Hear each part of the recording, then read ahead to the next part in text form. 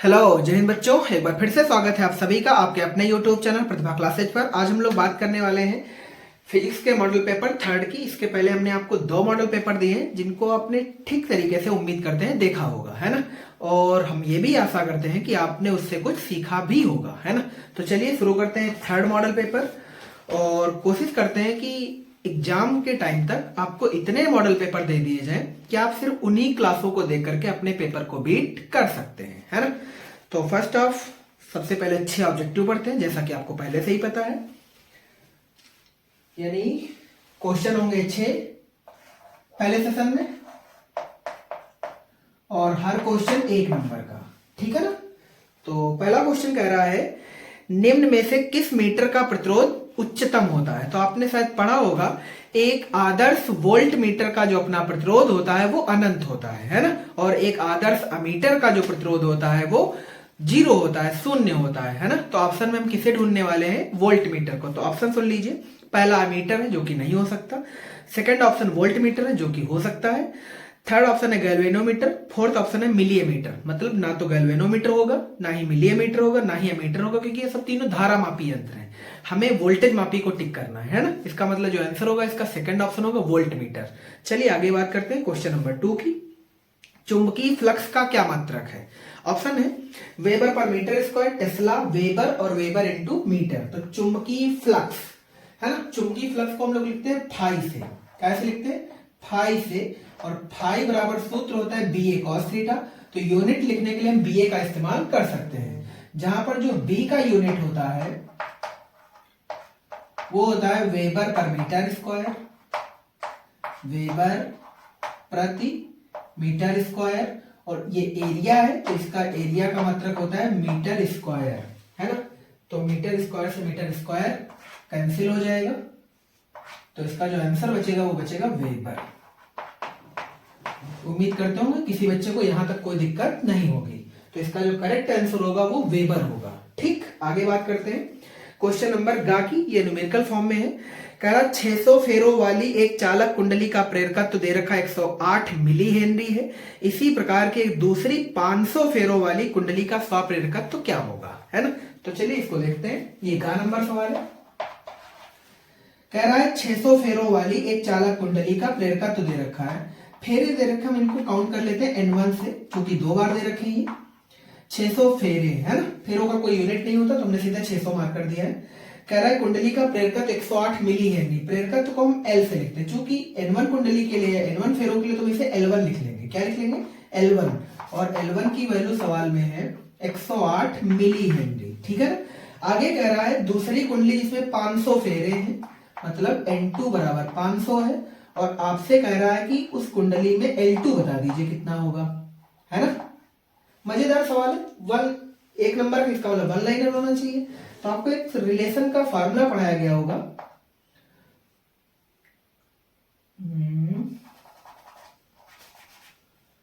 L बराबर N phi, और उम्मीद करते हैं ये सभी बच्चों को याद होगा, है ना। N फाई बटे आई कह सकते हैं, है ना। L बराबर N फाई बटे आई। तो करंट को हम कांस्टेंट कर देते हैं दोनों के लिए, ठीक। तो मतलब इसे क्या लिख सकते हैं? Li बराबर N फाई, Li बराबर में N फाई, है ना। अब मार्किंग में वैल्यू ध्यान से देखें तो करंट दोनों के लिए फिक्स है, ठीक है। तो मतलब इसे क्या लिखें? हम इसे लिखेंगे L1I बटे L2I बराबर N1 फाई, ये भी फिक्स है, और N2 फाई, है ना। क्योंकि ये वैल्यू इसमें दे रहे हैं कि इसका मतलब डाटा कांस्टेंट है। फाई से फाई कैंसिल, आई से आई कैंसिल, यानी L1 बटे L2 बराबर N1 बटे N2 बच गया। तो L1 की वैल्यू बोलो कितनी है? 108 बटे में L2 ही हमें फाइंड करना है, तो हम इसे एज इट लिख लेते हैं। N1 की वैल्यू है 600 और ये वाली वैल्यू है 500, है ना। बस हमें कुछ नहीं करना है, 2 जीरो से 2 जीरो कैंसिल। अगर आप थोड़ा सा दिमाग लगे तो चाहो तो क्रॉस मल्टीपल करके कर लो, वरना अगर आप थोड़ी बहुत एडवांस मैथ जानते हैं तो ध्यान से देखो तो इसका इसके साथ क्या रिलेशन है। तो आप कहेंगे 18 गुना है ये, यानी 6 का 18 गुना 108 है। इसका मतलब ये वाला जो L2 होगा वो 5 का 18 गुना हो जाएगा। तो 5 का 18 गुना कितना होता है? 90 होता है यार। कितना होता है? 90। ध्यान से देखेंगे इसकी जो यूनिट होगी वही यूनिट हम इसकी यूज करेंगे। तो आंसर आ जाएगा L2 बराबर 90 मिली हेनरी। ठीक है, इसको RN रेशियो बोलते हैं। जब मैथ आप एक्स्ट्रा मैथ पढ़ेंगे एडवांस क्लास में यानी इंटर के बाद, दिन आपको ये चीजें बताई जाएंगी। ऐसा कुछ कठिन काम नहीं है, क्रॉस मल्टीपल करके भी कर सकते हैं, आंसर यही आ जाएगा। ठीक है, नेक्स्ट क्वेश्चन कह रहा है घ नंबर, एक उभयोत्तल लेंस की दोनों वक्रता त्रिज्याएं 20 सेंटीमीटर तथा कांच के पदार्थ का अपवर्तनांक 1.5 सेंटीमीटर है, इसकी फोकस दूरी ज्ञात कीजिए, है ना। तो चलो एक बार डेटा लिखते हैं घ नंबर सवाल के लिए। एक उभयोत्तल लेंस है, उभयोत्तल का मतलब होता है द्विउत्तल, जिसको हम ऐसे बना लेते हैं। ठीक है, ये अपना लेंस उभयोत्तल हो गया। ठीक, अब क्या कह रहा है कि दोनों वक्रता त्रिज्या 20 सेंटीमीटर, मतलब ये वाली रेडियस भी 20 सेंटीमीटर है और ये वाली रेडियस भी 20 सेंटीमीटर है। अगर आप ध्यान से देखो तो जो पहला कॉलम है R1 वो वैल्यू प्लस की है और जो R2 के लिए वो वैल्यू माइनस की है, क्योंकि ये अवतल पृष्ठ काम कर रहा है और ये वाला उत्तल पृष्ठ के लिए काम कर रहा है। ठीक, कह रहा है कांच के पदार्थ का अपवर्तनांक 1.5 है, यानी n की वैल्यू सवाल में 1.5 है। आपसे पूछ रहा है इसकी फोकस दूरी बता दीजिए, मतलब f फाइंड करना है आपको। तो याद करिए आपने लेंस के लिए सूत्र क्या पढ़ा था, 1/f बराबर n-1, 1/r1 माइनस का 1/r2। अब अगर आप ध्यान से देखो तो R1 का डेटा प्लस में है जबकि R2 की वैल्यू माइनस में है, R2 की वैल्यू माइनस में है। जब R2 की वैल्यू माइनस में है इसका मतलब ये प्लस का हो जाएगा, है ना। तो बस वैल्यू रख करके काट पीट दीजिए, 1.5 माइनस का 1, ब्रैकेट के अंदर आ जाएगा 1/20 प्लस का 1/20, है ना। 20 यहाँ पर एलसीएम हो जाएगा और ये यहाँ से घट जाएगा तो हो जाएगा 0.5, है ना। यहाँ पर 20 एलसीएम हो जाएगा और 1 + 1 मतलब 2/20, ये हो जाएगा 1/10, है ना। तो 0.5 और बटे में कितना 10, है ना। दशमलव से नीचे क्या बढ़ जाएगा 0, तो 5/100 आ गया 1/f की वैल्यू। पर मुझे 1/f फाइंड नहीं करना है, मुझे फाइंड करना f, तो f की वैल्यू आ जाएगी 100/5। आप इसको जब सॉल्व कर लेंगे तो उम्मीद करते हैं आंसर लिखने में कोई बुराई नहीं है। इसका जो आंसर आ जाएगा वो बढ़िया एकदम 20 सेंटीमीटर आ जाएगा, कोई दिक्कत तो नहीं। ठीक, आप देख पा रहे हैं सब प्रॉपर, बढ़िया, गुड। ठीक, इसे इरेज करते हैं और अगला क्वेश्चन पढ़ते हैं।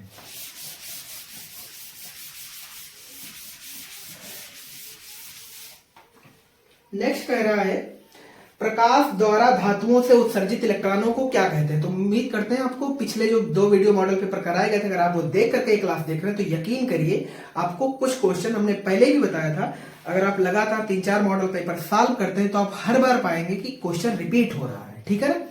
तो कह रहा है प्रकाश द्वारा धातुओं से उत्सर्जित इलेक्ट्रॉनों को क्या कहते हैं। तो आपको याद होगा प्रकाश द्वारा धातुओं से उत्सर्जित इलेक्ट्रॉनों को प्रकाश इलेक्ट्रॉन कहते हैं और ये घटना प्रकाश वैद्युत उत्सर्जन कहलाती है, जिसमें फोटॉन की जो ऊर्जा होती है वो h होती है। कोई दिक्कत तो नहीं। तो हम ऑप्शन पे देखेंगे, कह रहा है प्राथमिक इलेक्ट्रॉन, द्वितीयक इलेक्ट्रॉन, प्रकाश इलेक्ट्रॉन, ताप आयन। तो इसका थर्ड ऑप्शन सही है जिसमें लिखा है प्रकाश इलेक्ट्रॉन या फोटो इलेक्ट्रॉन बोल सकते हैं आप। ठीक है। लास्ट क्वेश्चन कह रहा है एक दूरस्थ वस्तु का आवर्धित सीधा प्रतिबिंब प्राप्त करने के लिए उत्तल लेंस के साथ किसका प्रयोग करेंगे। यानी वस्तु बहुत दूर है, हमें उसका इमेज क्रिएट करना है। तो आपको याद होगा दूर से आने वाली जो किरणें आएंगी वो फैल करके आएंगी, तो हमें उसे कंसंट्रेट करने के लिए बीच में रास्ते में अवतल लेंस का यूज करना पड़ेगा। तो ऑप्शन सुन लीजिए, उत्तल लेंस, अवतल लेंस, अवतल दर्पण, उत्तल दर्पण। तो आंसर क्या होगा, अवतल लेंस। ये कहानी होगी पहले क्वेश्चन की जिसमें 6 क्वेश्चन थे, हर क्वेश्चन 1 नंबर का था। ठीक है। अब बात करते हैं क्वेश्चन नंबर 2 की, और उसमें 5 क्वेश्चन होते हैं, हर क्वेश्चन 1-1 नंबर का होता है। ठीक है। क्वेश्चन नंबर 2 और क्वेश्चन है 5 और हर क्वेश्चन है 1 नंबर का। यानी जो क्वेश्चन नंबर 2 है वो भी आपको 5 नंबर देने वाला है, पहले ने आपको 6 नंबर दिए हैं। ठीक है। इसमें भी 6 ही है यार, गलत पढ़ लिया हमने। यानी क्वेश्चन नंबर 2 में भी कितने क्वेश्चन है, 6 क्वेश्चन, हर क्वेश्चन 1 नंबर का है। ठीक, चलो एक एक पढ़ते हैं। 1 नंबर के 1 लाइनर है। क्या कह रहा है, मीटर ब्रिज में लैग्रांजे सेल को प्रयोग करने के लिए क्यों प्राथमिकता दी जाती है। मतलब जो मीटर ब्रिज है उसमें हम डेनियल सेल की बजाय लैग्रांजे सेल को यूज क्यों मिला या लैग्रांजे सेल का यूज क्यों करते हैं। तो सिंपल मतलब है क्योंकि हमें मीटर ब्रिज में करंट लगातार नहीं चाहिए, हमें करंट ड्रॉप करके चाहिए, मतलब करंट रुक रुक करके जानी चाहिए, इसलिए हम किसका यूज करते हैं, लैग्रांजे सेल का। तो आप आंसर में लिख लेंगे चूंकि लैग्रांजे सेल धारा को रुक रुक करके भेजता है या पहले प्रवाहित करता है, इसलिए हम मीटर ब्रिज में लैग्रांजे सेल का यूज करते हैं। ये हो गया आपका 1 नंबर। ठीक है। क्वेश्चन नंबर 2 कह रहा है, ये भी थ्योरिकल है, कह रहा एक वैद्युत परिपथ में धारा मापने के लिए अमीटर को किस क्रम में जोड़ा जाता है। तो हमने अभी आपको बताया वोल्ट मीटर को हमेशा वोल्टेज को रीड करने के लिए हमेशा वोल्ट मीटर को समांतर क्रम में लगाया जाता है परिपथ में, और जो अमीटर होता है धारा मापी होता है उसे ऑलवेज श्रेणी क्रम में लगाया जाता है। तो आप याद करिएगा कि जो अमीटर है उसे धारा मापने के लिए हमेशा परिपथ में किस क्रम में लगाते हैं, श्रेणी क्रम में, और वोल्ट मीटर को हमेशा कौन से क्रम में लगाते हैं, समांतर क्रम में। ठीक है ना। अब क्वेश्चन नंबर 3 गा नंबर न्यूमेरिकल है, वन लाइनर। क्वेश्चन नंबर 2 का गा है ये, और 1 नंबर में है, तो जाहिर सी बात है ज्यादा कठिन नहीं होगा। तो कह रहा है एक लंबे सीधे तार में 12 एम्पियर की करंट है, एक वायर है जिसमें करंट कितनी है 12 एम्पियर। अभी डायग्राम भी बना लेंगे। तार से 40 सेंटीमीटर दूर चुंबकीय क्षेत्र की तीव्रता बता दीजिए। आर बराबर कितना दे रखा है 40 सेंटीमीटर, है ना, ऐसे आर बना लीजिए। आर बराबर 40 सेंटीमीटर। आपको निकालना है मैग्नेटिक फील्ड, ठीक है ना। अच्छा डायरेक्शन भी पूछ सकता था अगर करंट की डायरेक्शन दे देता तो, है ना।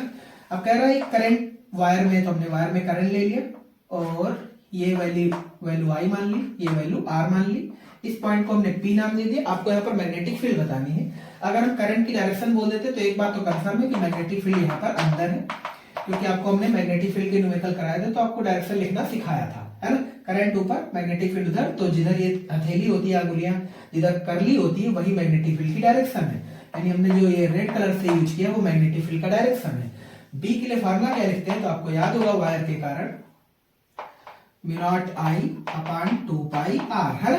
आपको अगर पढ़ाया गया हो या आपने याद किया हो क्योंकि पेपर की तैयारी कर रहे हैं आप, μ0 की वैल्यू 4π × 10⁻⁷ होती है, बटे में 2π लिखेंगे तो इस कंप्लीट डेटा की जो वैल्यू निकल के आएगी वो आ जाएगी 2 × 10⁻⁷ I की वैल्यू सवाल में 12 है और R की वैल्यू सवाल में 40 सेंटीमीटर है। सेंटीमीटर को हम SI यूनिट में ले जाएंगे तो हो जाएगा मीटर 10⁻², है ना।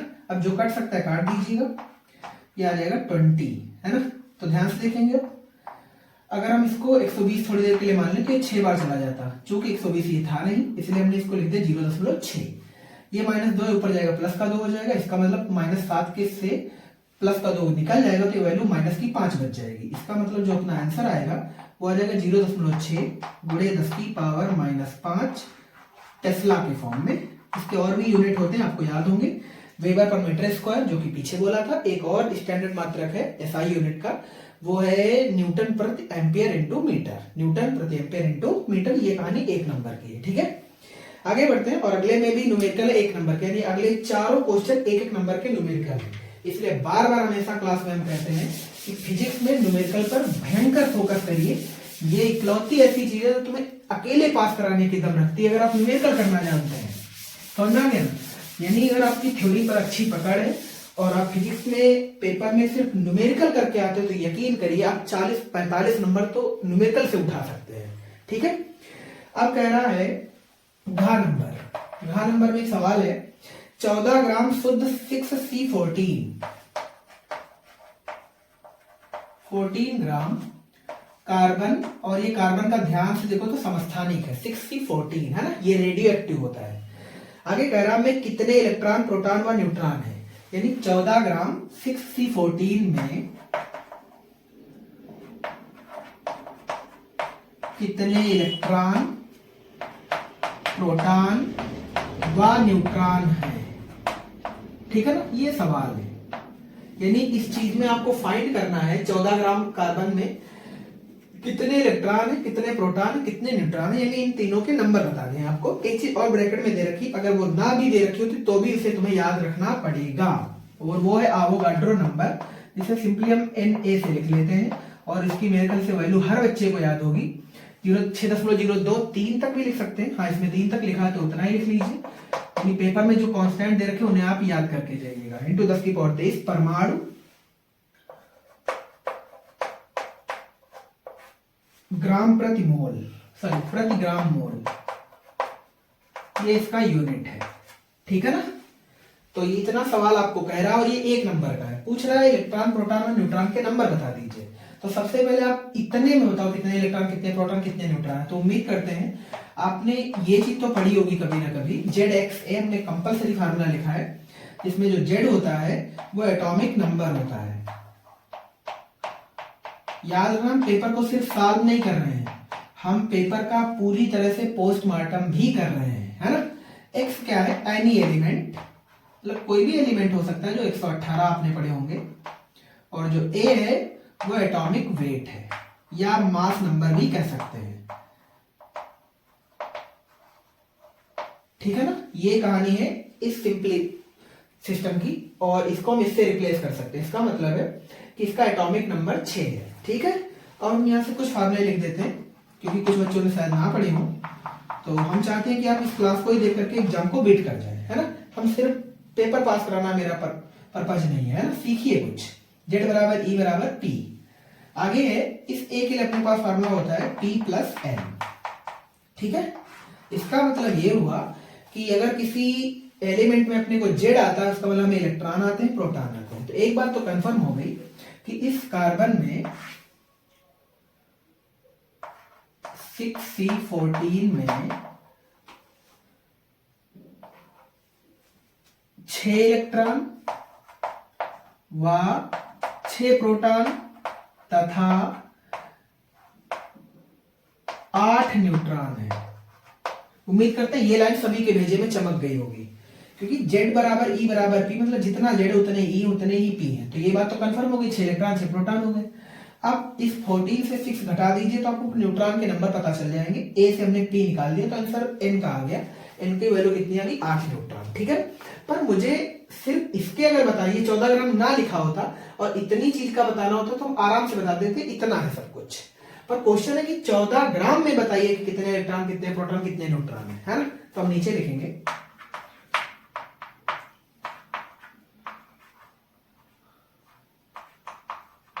14 ग्राम 6C14 में नंबर ऑफ इलेक्ट्रॉन। तो बताओ क्या लिखें, 6 into Avogadro number 023 into 10 to power 23, multiple कर दीजिए। 6 त्रिक 18, 6 दूनी 12, 1 13, 1 6 की गुणा 6 से करेंगे 36 आ जाएगा, इंटू 10 की पावर 23। ठीक है ना, तो ये हो गया नंबर ऑफ इलेक्ट्रॉन, यानी इतने ग्राम में कार्बन में नंबर ऑफ इलेक्ट्रॉन कितने हैं, 36.138 गुणे 10 की पावर 23। अच्छा, अगर हम बात करें प्रोटॉन की, तो प्रोटॉन भी यही रहेंगे, नंबर ऑफ प्रोटॉन बराबर नंबर ऑफ इलेक्ट्रॉन, मतलब जितने नंबर ऑफ इलेक्ट्रॉन है उतने ही प्रोटॉन के होंगे, क्योंकि 6E है 6Pa है ना। अब बात कर लेते हैं नंबर ऑफ न्यूट्रॉन की। नंबर ऑफ न्यूट्रॉन बराबर, बोलो क्या लिखेंगे, हम लिखेंगे 8 इंटू 6.023 इंटू 10 टू पावर 23, है ना। चलो मल्टीपल कर लेते हैं, तो ये हो जाएगा अपना 8 त्रिक 24 के 4, 8 दूनी 16, 16 दो 18 के 8, 8 छंग 48। तो ये हो जाएगा 48.184 गुणे 10 की पावर 23। ये नंबर आ गए किसके, न्यूट्रॉन के, है ना। यानी इतने भार में 14 ग्राम कार्बन में जो नंबर ऑफ इलेक्ट्रॉन है वो देख लो ध्यान से, एकदम पागलों वाला नंबर लिखा, बहुत ज्यादा है ये, 10 की पावर 23। इतने इलेक्ट्रॉन होंगे जो कि वो बराबर होते हैं, न्यूट्रॉनों के नंबर तो इससे भी ज्यादा है, 48.184 गुणे 10 की पावर 23। उम्मीद करते हैं गिनती सभी को पल्ले पड़ रही होगी। ठीक है, चलो आगे बढ़ते हैं अगले न्यूमेरिकल के साथ।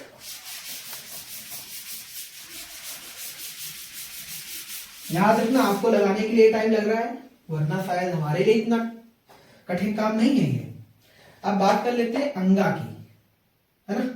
अंगा में कह रहा एक गतिमान कण से बद्ध डी ब्रोगली तरंगदैर्घ्य 1 एंगस्ट्रॉम में कण का संवेग क्या है ना। एक बार रिपीट कर देते हैं, कह रहा डी ब्रोगली तरंगदैर्घ्य, तरंगदैर्घ्य को हम लिखने के लिए लेमडा का यूज करते हैं, और लेमडा की वैल्यू सवाल में 1 एंगस्ट्रॉम दे रखी है। आपसे कह रहा है कण का संवेग बता दीजिए, संवेग को हम पी से लिखते हैं। तो उम्मीद करते हैं पिछले सेकंड मॉडल पेपर में आपको हमने डी ब्रोगली फंक्शन लिखना सिखाया था, और उसका तुमने पूरा पोस्टमार्टम भी किया हुआ था, P बराबर H बाई लेमडा, और इसमें सारी वैल्यू को हमने डिटरमाइन किया था, सब कुछ सॉल्व करके, है ना। अब कहानी एक मुझे P बताना है, तो P निकालने के लिए क्या करें, अब लेमडा की तो वैल्यू सवाल में अगर आप पढ़े होंगे तो H प्लांक नियतांक है, H क्या है, प्लांक नियतांक है, और ये कांस्टेंट होता है, इसकी वैल्यू ये होती है। अगर याद है तो बहुत अच्छी बात है, और नहीं याद है तो आप याद कर लीजिएगा, ठीक है। जूल सेकंड और एंगस्ट्राम की वैल्यू सवाल में 1 एंगस्ट्राम है, तो हम इसे मीटर में चेंज करेंगे और 10 की पावर माइनस 10 से गुणा करा देंगे। एक का इस नंबर से भाग करेंगे तो कोई फर्क ही नहीं पड़ेगा, तो हमने इस नंबर को एज इट लिख दिया। ये माइनस 10 से ऊपर जाएगा प्लस का 10 हो जाएगा, इसका मतलब ये वैल्यू बचेगी 10 की पावर माइनस 24। इसका मात्रक होता है केजी इंटू मीटर बटे सेकेंड, ठीक है ना। ये आंसर आ गया पी का, और ये आपकी कहानी 1 नंबर की है, 1 नंबर मिलेगा आपको सॉलिड। राइटिंग वाइटिंग का कोई इशू नहीं है, समझ में आ गया ना। तो आगे बढ़ते हैं और क्वेश्चन नंबर 2 का लास्ट सवाल पढ़ते हैं, वो भी 1 नंबर का है, ठीक। ये सवाल कह रहा है 4 नंबर का है, दूसरे का 4 यानी 6 नंबर में, मतलब छठा क्वेश्चन है। कह रहा एक एंगस्ट्राम तरंगदैर्ध्य वाली एक्स किरण की निर्वात में चाल बता दीजिए। यानी अगेन लैम्डा की वैल्यू 1 एंगस्ट्राम है और आपसे पूछा जा रहा है एक्स किरण की निर्वात में चाल बता दीजिए। लिख देते हैं एक्स किरण की निर्वात में चाल, मतलब v ज्ञात करो, बस ये कहानी है ना। तो सिंपल सोचो यार, अगर आपने थोड़ी बहुत फिजिक्स पढ़ाई करी है तो आप आंसर इसका जरूर कर सकते हो, करके बेशक ना कर पाओ, बस थ्योरी इसमें आंसर कर देगी। कैसे? आपने पढ़ा होगा एक्स किरण पराबैंगनी है, गामा है, एक्स है, दृश्य प्रकाश है, अवरक्त है, सूक्ष्म, ये सब वैद्युत चुंबकीय तरंगे। कौन सी तरंगे? वैद्युत चुंबकीय। और आपने पढ़ा होगा मैक्सवेल के अनुसार वैद्युत चुंबकीय तरंगों की जो रफ्तार होती है निर्वात में, वो प्रकाश की चाल के बराबर होती है, मतलब 3 × 10⁸ मीटर पर सेकेंड होती है। मतलब इस वाले क्वेश्चन का जो आंसर आएगा वो 3 × 10⁸ मीटर बटे सेकेंड आने वाला है। कैसे आएगा वो हम करके दिखा देते हैं। तो आपने एक फॉर्मूला जरूर पढ़ा होगा, न्यू बराबर c/λ। ऐसा क्यों किया हमने, है ना। तो ध्यान से देखते हैं, तो पहले सबसे न्यू निकाल लेते हैं, है ना। ऐसा इसलिए क्योंकि मुझे निकालना है v वास्तव में, तो चाहो तो यही से सॉल्व कर सकते हो, पर न्यू सवाल में पता नहीं इसलिए हम सॉल्व कर देते हैं। तो पहले न्यू निकालो, बाद में c निकाल लेते, c मतलब v निकाल लेंगे। तो न्यू बराबर बोलो क्या लिखें, तो c कांस्टेंट वैल्यू है, प्रकाश की चाल होती है, वो 3 × 10⁸ है। एंगस्ट्राम की वैल्यू 1 × 10⁻⁻10 है। तो अगर हम न्यू को सॉल्व करें तो ध्यान से देख तो 10⁸ आ जाएगा और ये मात्रक आ जाएगा प्रति सेकेंड। कोई दिक्कत तो नहीं? बहुत बढ़िया। ये तो न्यू की वैल्यू आ गई, पर मुझे निकालना है वास्तव में v। तो बताओ v के लिए फॉर्मूला क्या लिखें, v बराबर ये वाला v फाइंड करना है। तो v एक्चुअल में c की जगह पर आएगा क्योंकि c प्रकाश की चाल है, तो आंसर आ जाएगा न्यू लैम्डा, v बराबर न्यू लैम्डा। अब ध्यान से देखो, अगर तो न्यू की वैल्यू सवाल में अभी अभी तो निकाली हमने 3 × 10⁸, और लैम्डा की वैल्यू सवाल में दे रखी है 1 × 10⁻⁻10। अगर हम इसे सॉल्व करते हैं तो आंसर आ जाएगा 3 × 10⁸ मीटर बटे सेकेंड। उम्मीद करते हैं सभी बच्चों को बिल्कुल आ गया होगा। चूंकि वैद्युत चुंबकीय तरंग है तो आंसर तो यही आना था इसका, इसमें कोई दिक्कत ही नहीं थी, ठीक। तो इसी के साथ क्वेश्चन नंबर 2 भी सॉल्व होता है। इसमें 6 क्वेश्चन थे, हर क्वेश्चन 1-1 नंबर का था, यानी आपके सामने जो न्यूमेरिकल लगाए गए छोटे छोटे वो सब 1-1 नंबर के थे, ठीक है। अब बात करते हैं क्वेश्चन नंबर 3 की, और क्वेश्चन नंबर 3 में क्वेश्चन है 4 और हर क्वेश्चन है 2-2 नंबर का, यानी क्वेश्चन नंबर 3 आपको 8 नंबर देने वाला है। तो चलो एक एक करके इसे भी पढ़ते हैं। इसमें कह रहा है भंवर धाराओं से आप क्या समझते हैं, इसका एक उपयोग बता दीजिए। तो आपको लास्ट क्लास में हमने बताया भी था कि जब किसी धातु के टुकड़े को मैग्नेटिक फील्ड में रखा जाता है, या कह लें परिवर्ती मैग्नेटिक फील्ड में रखा जाता है, तो जो मैग्नेटिक फील्ड है वो उसकी गति का विरोध करता है, जिस कारण धातु के टुकड़े में ऐसी धाराएं जनरेट हो जाती हैं जो दिखने में ठीक वैसी नजर आती जैसे नदियों में उठी भंवर धाराएं। इनका जो खोजकर्ता था वो था फोको, उसने अपने नाम पर भी उसने पेटेंट भी किया इसको और नाम रखा फोको धाराएं, या इन्हीं को कहते हैं इडी करंट या भंवर धाराएं। बात समझ में आ गई ना। तो ये तो हो गई परिभाषा। इसका जो यूज है वो है दोलनबद्ध धारामापी में, दोलनबद्ध धारामापी में इसका यूज किया जाता है, ठीक है। तो ये कहानी थी 2 नंबर की। अब बात करते हैं खा नंबर की। खा नंबर कह रहा है एक प्रत्यावर्ती वोल्टेज का समीकरण V बराबर, फंक्शन दे रखा है सवाल में, AC से है, इतना तो आपको समझ आ गया होगा, 200√2 साइन 450 पाई टी वोल्ट है। ये वैल्यू V की दे रखी। आगे कह रहा है प्रत्यावर्ती वोल्टेज का वर्ग माध्य मूल मान। वर्ग माध्य मूल मान का मतलब है Vrms आपको फाइंड करना है। दूसरी और भी चीज निकालनी है तथा आवृत्ति ज्ञात कीजिए। आवृत्ति को हम n से लिख लेते हैं, कोई दिक्कत नहीं उससे, ठीक है ना। n लिखो, f लिखो, न्यू लिखो, जैसे आपको पढ़ाएगा वही अक्षर यूज कर लीजिएगा। n आपको फाइंड करना। तो सबसे पहले इस फंक्शन को रिलेट कर लेते हैं। तो उम्मीद करते हैं आपने ये जरूर चीज करी होगी, साइन ओमेगा टी, है ना। बस इसमें रिप्लेस कर दीजिए। तो ध्यान से अगर सवाल को देखो तो V0 की वैल्यू सवाल में दे रखी है 200√2 और ओमेगा की वैल्यू सवाल में दे रखी है 450 पाई। इसमें कोई कष्ट तो नहीं, यानी ये वाली दो वैल्यू दे रखी है, आपको ये दो वैल्यू निकालनी है। तो Vrms निकालने के लिए आपको फार्मूला लिखाया जाता है V0 बाय √2। V0 की वैल्यू सवाल में बोला कितनी है, 200√2 बटे में √2, है ना। तो √2 से √2 कैंसिल। तो बताओ Vrms कितना आ गया, 200 वोल्ट। इसे आभासी वैल्यू भी कहते हैं, ठीक है ना। रूट मीन स्क्वायर, है ना, रूट मीन स्क्वायर, वर्ग माध्य मूल मान। ठीक, अब बात कर रहे हैं n निकालने की। तो याद करो ओमेगा का अगर तुमने फार्मूला पढ़ा हो तो फार्मूला लिखा जाता है ओमेगा का 2 पाई n। मुझे निकालना है n, तो बताओ n बराबर क्या लिखेंगे। n बराबर लिखा जाएगा ओमेगा बटे में 2 पाई। ओमेगा की वैल्यू सवाल में आप ऊपर देख पा रहे होंगे 450 पाई बटे में 2 पाई। पाई से पाई कैंसिल और 450 पर अगर हम 2 का भाग दे देते हैं तो आंसर आ जाएगा 225। और चूंकि आवृत्ति है, आवृत्ति का मात्रक होता है प्रति सेकेंड, क्योंकि n बराबर होता है 1/t। n बराबर 1/t या चक्कर प्रति सेकेंड या केवल प्रति सेकेंड या हर्ट्ज भी कह सकते हैं, ठीक है। नेक्स्ट थ्योरिकल है, कह रहा है प्रकाश विद्युत उत्सर्जन तथा तापायनिक उत्सर्जन में अंतर बताइए। ये पिछली बार भी आया था।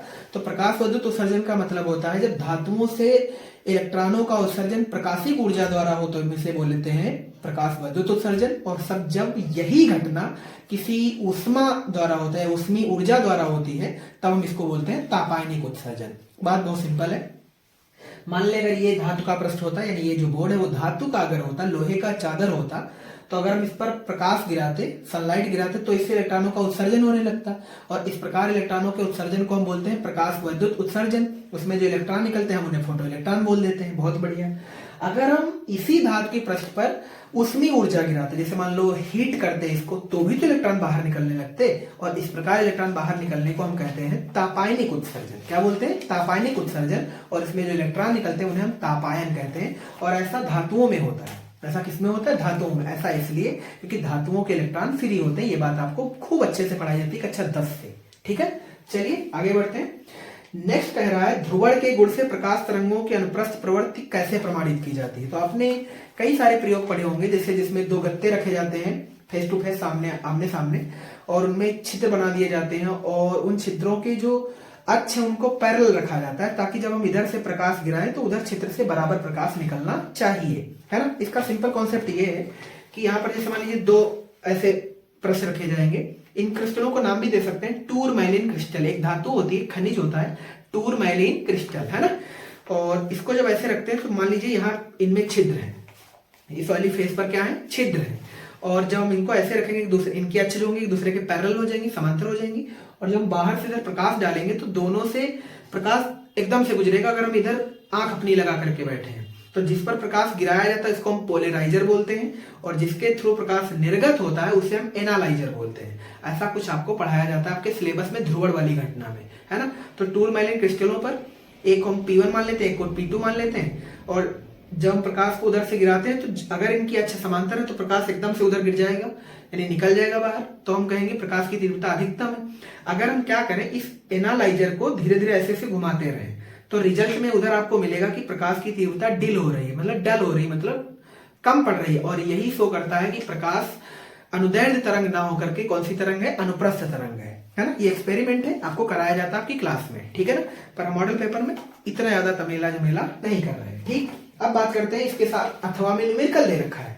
आप अगर ये थ्योरिकल बात नहीं लिखना चाहते हैं तो कोई दिक्कत नहीं, आप न्यूमेरिकल कर दीजिए। क्या न्यूमेरिकल, सुनना ध्यान से। कह रहा 20 मीटर पंख फैलाव वाला एक वायुयान, यानी जो वायुयान है उसके जो पर हैं वो 20 मीटर के हैं, ठीक है, यानी लेंथ है 20 मीटर। एक वायुयान 250 मीटर पर सेकेंड की गति से पृथ्वी की सतह के समांतर सीधे दक्षिण दिशा में उड़ रहा है। कौन सी दिशा में जा रहा है? दक्षिण दिशा में। तो आपको याद होगा डायरेक्शन का ये वाला सिस्टम तो याद ही होगा हर बच्चे को। ये ईस्ट है, ये वेस्ट है, ये नॉर्थ है और ये साउथ है। उम्मीद करते हैं यहां तक आया होगा। इसका मतलब है कि जहाज दक्षिण में अगर जा रहा है तो उसके पर जो होंगे, एक पर होगा ईस्ट साइड में और अगला होगा वेस्ट साइड में। यानी जो जहाज होगा ऐसे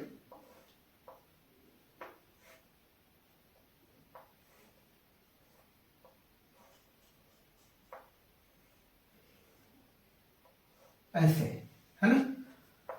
ये अपना रहा एरोप्लेन, जिसमें ये वाले जो पर है वो ईस्ट और वेस्ट साइड में है। ठीक, अब क्या कह रहा है? 250 मीटर पर सेकंड की गति से पृथ्वी की सतह के समांतर सीधे दक्षिण दिशा में उड़ रहा है। बहुत बच्चे। पृथ्वी के चुंबकीय क्षेत्र का क्षैतिज घटक दे रखा है 2 × 10⁻⁵ वेबर पर मीटर स्क्वायर तथा नमन कोण 60 डिग्री है।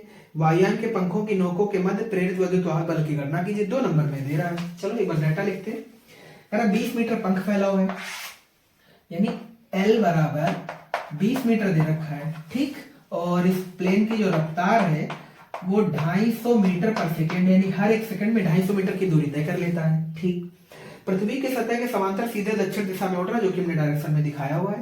पृथ्वी के चुंबकीय क्षेत्र का क्षैतिज घटक, क्षैतिज घटक को हम BH से लिख लेते हैं और BH की वैल्यू सॉल्व में दे रखी 2 × 10⁻⁵, 2 × 10⁻⁵ टेस्ला। ठीक है ना। पर ध्यान से देखो, इसमें वोल्टेज जनरेट होने के लिए जो मैग्नेटिक फील्ड चाहिए वो आपको वर्टिकल चाहिए, क्षैतिज नहीं चाहिए। समझ में आ गया? ये चीज आपको सेंस करनी है, क्योंकि वो लाइनें कटनी चाहिए, है ना। इससे लाइनें कटने वाली नहीं है। ठीक, आप क्या कह रहा है? तथा नमन कोण 60 डिग्री है, यानी जो थीटा है वो कितना दे रखा है? 60 डिग्री। और आपसे पूछा गया पंखों की नोकों के मध्य प्रेरित विद्युत वाहक बल। प्रेरित विद्युत वाहक बल को हम E से लिखते हैं, है ना। और याद होगा आपको, ये विद्युत वाहक बल तभी प्रेरित होता है जब मैग्नेटिक फ्लक्स को कट किया जाता है, यानी प्लेन के जो ये पर है इनके द्वारा जब मैग्नेटिक फील्ड कट होता है, देन ये इंड्यूस्ड EMF जनरेट होता है, वरना जनरेट नहीं होगा। इसका मतलब इसके जनरेट होने के लिए मैग्नेटिक फील्ड आपको चाहिए BV वाला, मतलब ये वाला मैग्नेटिक फील्ड चाहिए आपको, है ना। और तो जब E के लिए हम फार्मूला लिखेंगे तो एक्चुअल में E के लिए फार्मूला लिखा जाएगा ये B सफिक्स में VV for vertical magnetic field BVL, है ना। ये वाला जो V है वो वर्टिकल के लिए, हमने इसको बिल्कुल छोटा बनाया है, और ये वाला V प्लेन की रफ्तार है और L प्लेन की परों की लंबाई है। ठीक है, इसका मतलब सबसे पहले आपको BV निकालना पड़ेगा, और BV निकालने के लिए आपको BH का यूज करना पड़ेगा। तो आपको फार्मूला पढ़ाया जाता है नमन कोण बराबर tan थीटा बराबर BV/BH, है ना। जब आप डायरेक्शन लिखना सीखते हैं तो आपको ये चीज प्रूफ कराई जाती है BV/BH, है ना। अब बताओ हमें BV निकालना है, तो फिर क्या लिखें? tan थीटा इंटू BH, है ना। tan 60 है, tan 60 की जो वैल्यू होती है वो √3 होती है, तो हम लिख लेते हैं tan 60 इंटू BH 2 × 10⁻⁵, तो ये हो जाएगा 2√3 इंटू 10⁻⁵ टेस्ला। तो ये वैल्यू निकल के आ गई BV की। अब ठीक है ना, अब उससे उठाइए और यहाँ पे पुट कर दीजिए आकर के, तो वो वैल्यू है 2√3 इंटू 10⁻⁵ इंटू V की वैल्यू है 250 इंटू L की वैल्यू है 20, है ना। बस इसे गुणा भाग कर दीजिए, आपका आंसर आ जाएगा। तो 1 0 2 0 0 को साइड कर दीजिए, 25 × 2 50 होता है, तो 3 0 साइड कर दीजिए, 5 बच गया, 5 दूनी 10, 10√3 × 10⁻², ये आपका आंसर है। ठीक है ना।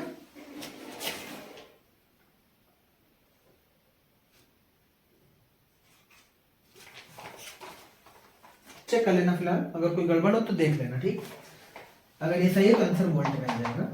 हमने थोड़ा जल्दी करा यहाँ पर, 1 0 2 0 3 0 हो गए, 25 की गुणा 2 से करी 50 हो गया, और 50 का 1 0 तो 3 0 इधर बच गए, 5 की गुणा 2 से करा 10√3 आ गया, और 3 घाते इधर से निकाल दी तो -2। ठीक है, आंसर मेरे ख्याल से बिल्कुल ठीक है। ठीक, चलो आगे बढ़ते हैं।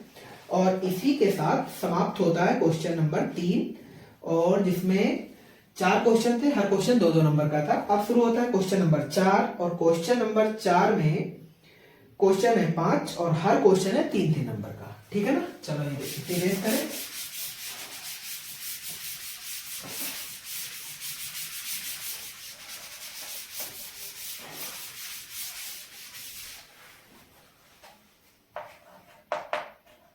क्वेश्चन 4 है और इसमें 5 सवाल है और हर सवाल 3-3 नंबर का है, यानी क्वेश्चन 4 आपको पूरे 15 नंबर देगा। ठीक, चलो एक एक करके पढ़ लेते हैं।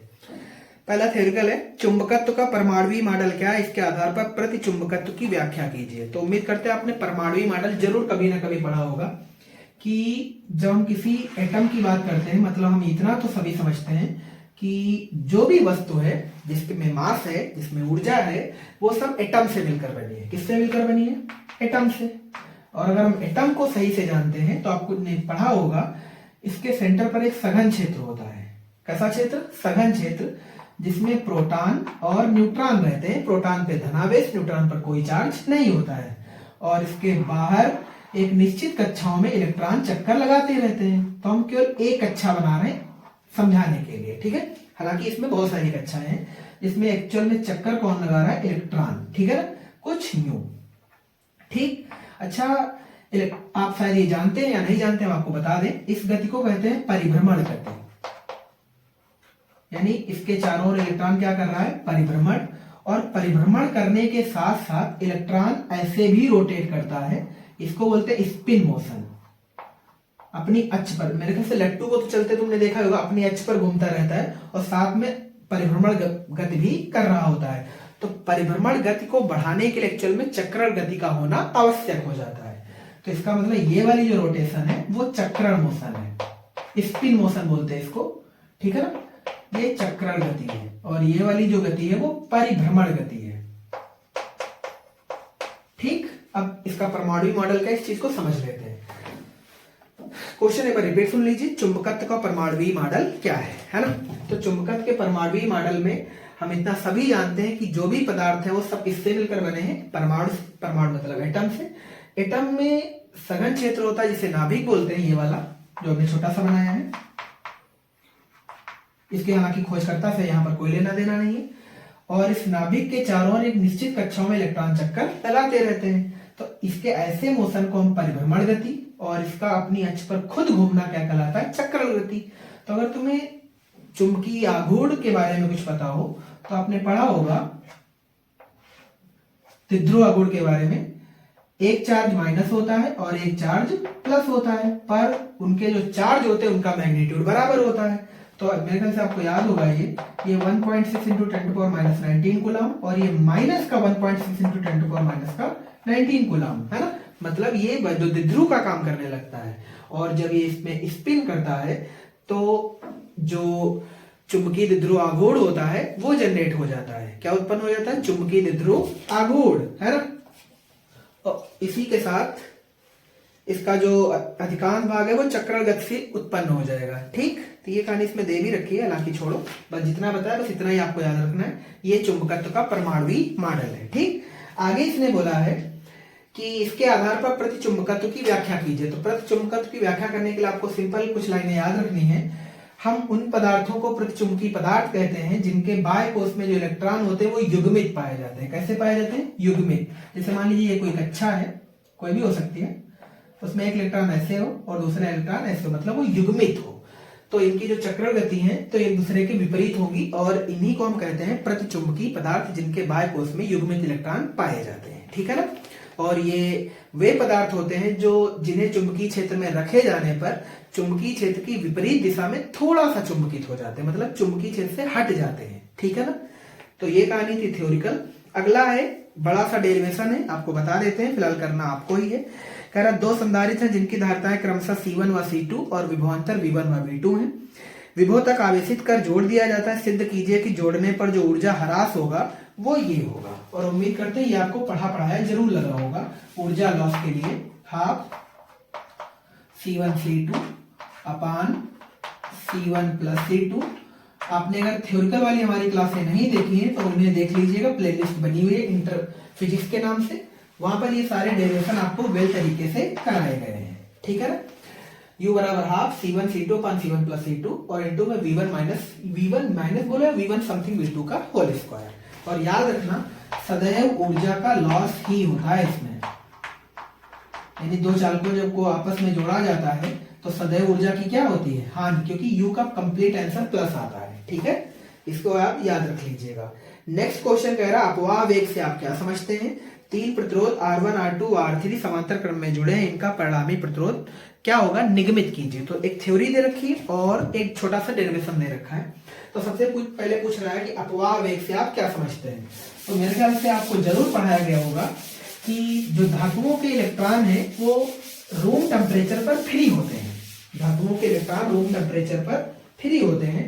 तो अगर हम एक चालक धातु का टुकड़ा ले लें, मान लो,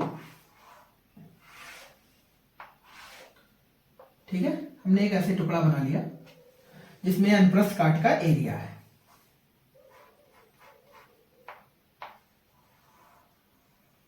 ठीक, इसमें बहुत सारे इलेक्ट्रॉन हैं, तो हम इलेक्ट्रॉन ना लेकर के छोटे छोटे डॉट लगा देते हैं, ठीक रहेगा। तो जो हमने पिंक कलर के डॉट लगाए ये इलेक्ट्रॉन को शो कर रहे हैं, ये बात तुम्हें भेजे में अपने रखनी है, ठीक है ना। ये सब इलेक्ट्रॉन है, अनलिमिटेड है, बहुत सारा नंबर है ये, लगभग ये 10⁻29 प्रति मीटर क्यूब, है ना। यानी इतने आयतन में बहुत सारे इलेक्ट्रॉन फ्री रहते हैं 10⁻29 के आसपास। अच्छा, जब इनके सिरों पर कोई सप्लाई नहीं लगी, मतलब जब इनके सिरों पर कोई बैटरी नहीं लगी है, तो इनके जो इलेक्ट्रॉन है वो रैंडम मोशन करते हैं, मतलब पागलों की तरह दौड़ते हैं इधर उधर, कोई डायरेक्शन नहीं है, कोई कहीं जा रहा है, ऐसे दौड़ रहे हैं।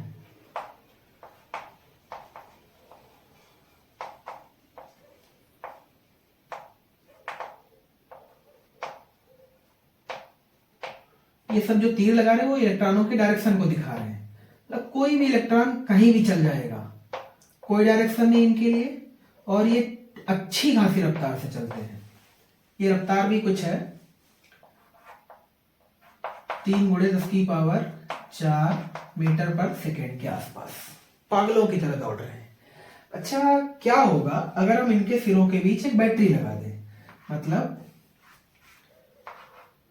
थोड़ा सा एक दूसरा चालक बना लेते हैं समझने के लिए। यहां पर हमने इनको एक बैटरी से जोड़ दिया, ये माइनस और ये प्लस। यहां ये सभी इलेक्ट्रॉन फ्री हैं और सब पागलों की तरह दौड़ रहे हैं, ठीक है। क्या होगा अगर हम इसी के बीच एक बैटरी लगा दें, तो एक निश्चित इलेक्ट्रिक फील्ड आ जाएगा इनके बीच। जैसे हमने कहा, मान लो इनके सिरों के बीच एक इलेक्ट्रिक फील्ड जनरेट हो गया, ठीक है ना। अब जो इसके इलेक्ट्रॉन होंगे ये वाले, पहले पागलों की तरह दौड़ रहे थे, अब ये पागलों की तरह नहीं दौड़ेंगे, अब ये इलेक्ट्रिक फील्ड के थ्रू इनकी रफ्तार में चेंज आएगा और डायरेक्शन भी चेंज हो जाएगी। कैसे? आपने पढ़ा होगा धनावेश विद्युत क्षेत्र की दिशा में गति करता है, जबकि जो ऋणावेश होता है वो इलेक्ट्रॉन की विद्युत क्षेत्र की विपरीत दिशा में गति करता है। इलेक्ट्रिक फील्ड ऐसे लग रहा है, इसका मतलब जो इलेक्ट्रॉन होंगे इधर की ओर चलेंगे, कुछ ऐसे। अब सब एक ही दिशा में चल पड़ेंगे। उस वाले और इस वाले डायग्राम में उम्मीद करते हैं अंतर सभी बच्चों को साफ साफ दिख रहा होगा। उस वाले में कोई भी इलेक्ट्रॉन किसी भी दिशा में जा रहा है, जबकि यहां पर ऐसा नहीं है, यहां पर इलेक्ट्रॉनों की डायरेक्शन फिक्स हो गई। हाँ, वो अलग बात है कि इनकी रफ्तार पहले से घट जाती है। पहले रफ्तार है प्लस घात में, यहां जब ये इलेक्ट्रॉन चलते हैं निम्न वोल्टेज से हाई वोल्टेज की तरफ, तो इनकी रफ्तार घट जाती है, पर एक निश्चित दिशा में चल पड़ते हैं। यहां जब ये पागलों की तरह दौड़ रहे थे तो हर इलेक्ट्रॉन करंट तो ला रहा था, पर नेट करंट 0 हो जाता, क्योंकि मान लीजिए जैसे ये वाला इलेक्ट्रॉन है, ये इधर चला तो करंट पीछे आ गई, पर ये वाला इलेक्ट्रॉन ये इधर चला तो करंट पीछे आ गई, है ना। इसका मतलब ये हुआ कि इनमें जो नेट करंट है वो 0 है, यानी इस चालक में जो नेट करंट है वो 0 है। किसी एक इलेक्ट्रॉन की वजह से करंट 0 नहीं है, टोटल करंट 0 है ना। पर यहां पर क्या हुआ, जब हमने इसको सप्लाई दी इलेक्ट्रिक फील्ड के थ्रू, तो इसके जो इलेक्ट्रॉन थे वो निश्चित दिशा में चल पड़ते हैं। अब इसमें धारा क्रिएट हो जाएगी। क्या क्रिएट हो जाएगी? धारा। तो पहले जो इलेक्ट्रॉन पागलों की तरह दौड़ रहे थे, अब पागलों की तरह ना दौड़ करके निम्न वोल्टेज से हाई वोल्टेज की तरफ चल पड़ेंगे, और इसी चलने वाले वेग का पता है नाम क्या है? अपवाह वेग। क्या नाम है? अपवाह वेग। और भी इसके कई नाम है, अनुगमन वेग, और शॉर्टकट में इसे हम vd लिखते हैं। और ये जो इनके चलने की रफ्तार होती है वो v बराबर 10⁻⁴ की घात में होती है, मतलब निगेटिव टर्म में, यानी बहुत कम, बहुत स्लो ये चलते हैं, ठीक है, पर निश्चित दिशा में चल पड़ते हैं। इसीलिए आपको यहाँ से अपनी लाइफ के लिए एक सीख लेनी चाहिए। ये यहाँ स्पीड तो इनकी बहुत सारी है, बहुत ज्यादा है, मेरे को से 10⁴ हमने गलत लिखा है, आसपास होती 10⁵ के, ठीक है, लाख गुना है, लगभग लाख की रफ्तार से चल रहे हैं, पर इनका कोई आंसर नहीं आ रहा है। ये बहुत धीरे धीरे चल रहे हैं, पर फिर भी ये एक निश्चित दिशा में चलने के कारण अपना काम पर सफल हो पा रहे हैं, यानी इलेक्ट्रॉन को आवेश को कैरी कर पा रहे हैं। समझ में आ गया ना? इसका मतलब ये है कि आप बेशक लाइफ में धीरे चले, पर सही डायरेक्शन का होना बहुत जरूरी है ना? तो इन चीजों को पढ़ते हुए सिर्फ फिजिक्स ना पढ़ें, जितना हो सके अपनी रियल लाइफ में भी इन चीजों को उतारते चले, ठीक है? तो चलिए अब इसी के साथ एक चीज और पूछी गई है, 3 प्रतिरोध है R1, R2, R3 समांतर क्रम में लगे, आप उनको सिद्ध कीजिए 1/R बराबर 1/R1 plus 1/R2 plus 1/R3, जो कि आपको याद होगा, है ना? तो चलो एक छोटा सा सर्किट बनाते हैं और जल्दी से इसे निपटा देते हैं। 1 रेजिस्टेंस, 2 रेजिस्टेंस, 3 रेजिस्टेंस।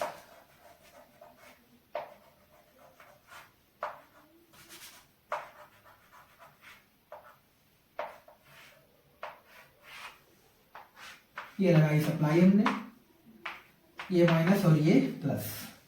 यहाँ रेजिस्टेंस R1 मान ली, यहाँ रेजिस्टेंस R2 मान ली, यहाँ रेजिस्टेंस R3 मान ली। उम्मीद करते हैं सभी बच्चों को ये जरूर याद होगा कि समांतर क्रम में जो वोल्टेज होता है वो नियत होता है, मतलब वो बदलता नहीं है। यहाँ से मान लेते हैं कि करंट पास हुआ I और यहाँ पहुंचा पॉइंट A और पॉइंट B के बीच, तो यहाँ करंट I1 चला गया, यहाँ पर करंट I2 चला गया और यहाँ पर करंट I3 चला गया। क्लास में हम यही बताते हैं कि सर्किट में जो चीज बदल रही है बस उसी को सॉल्व कर दीजिए, आपका नेट आंसर आ जाएगा। V कांस्टेंट है, R1, R2, R3 से कोई लेना देना नहीं है, जो चेंज हो रहा है वो निकाल दीजिए। तो अगर मैं सर्किट की तुमसे पूछे टोटल करंट क्या है, तो आप पाएंगे कि वो I है। क्या है? I। चूंकि धारा एक अदिश राशि है, इसका मतलब इसका जो परिणामी होगा वो सभी धाराओं के योग के बराबर होगा। तो I1 बराबर I बराबर I1 plus I2 plus I3, है ना? अब यहाँ पे हम लगाते हैं ओम्स लॉ। कौन सा law? Ohm's law. Ohm's law क्या कहता है? I बराबर V/R होता है। बहुत बढ़िया यार। अब I1 की अगर मैं वैल्यू लिखनी हो यहाँ पर, तो चूंकि वोल्टेज तो कांस्टेंट है, तो बताओ V/R1 लिखने में कोई बुराई नहीं है। ठीक ऐसे ही बताओ इस नीचे वाले के लिए क्या लिखें? V/R2, और अगले के लिए V/R3। अब ध्यान से देख, तो V यहाँ से कॉमन हो जाएगा यार, अंदर देख क्या बचेगा? 1/R1 plus 1/R2 plus 1/R3, ये बचा V/R। V से V कैंसिल आउट हो जाएगा और आंसर अपना ये आ गया 1/R बराबर 1/R1 plus 1/R2 plus 1/R3, और यही अपने को लाना था, ये हो गया प्रूफ। ठीक है ना? कहानी समाप्त। ठीक, आराम से इसे उतार लेना। आगे बढ़ते हैं यार, आगे बढ़ते हैं। न्यूमेरिकल जबरदस्त है 3 नंबर में। ठीक, इसे मिटाते हैं, फिर अगला सवाल पढ़ते हैं। अगर मिटाने का काम हम जल्दी कर रहे हो तो थोड़ा सा वीडियो को रोक करके फिर आगे जाएं। ठीक,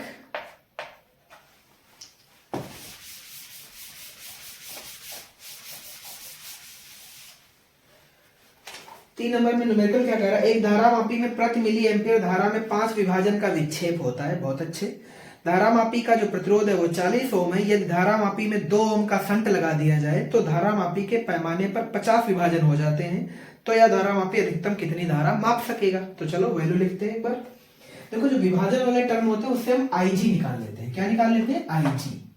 तो IG बराबर दे रखा है 50 विभाजन, और हर विभाजन के लिए जो दर है वो 5 है। इसका मतलब जो टोटल IG की वैल्यू आ जाएगी वो आ जाएगी, और ये क्या टर्म क्या है?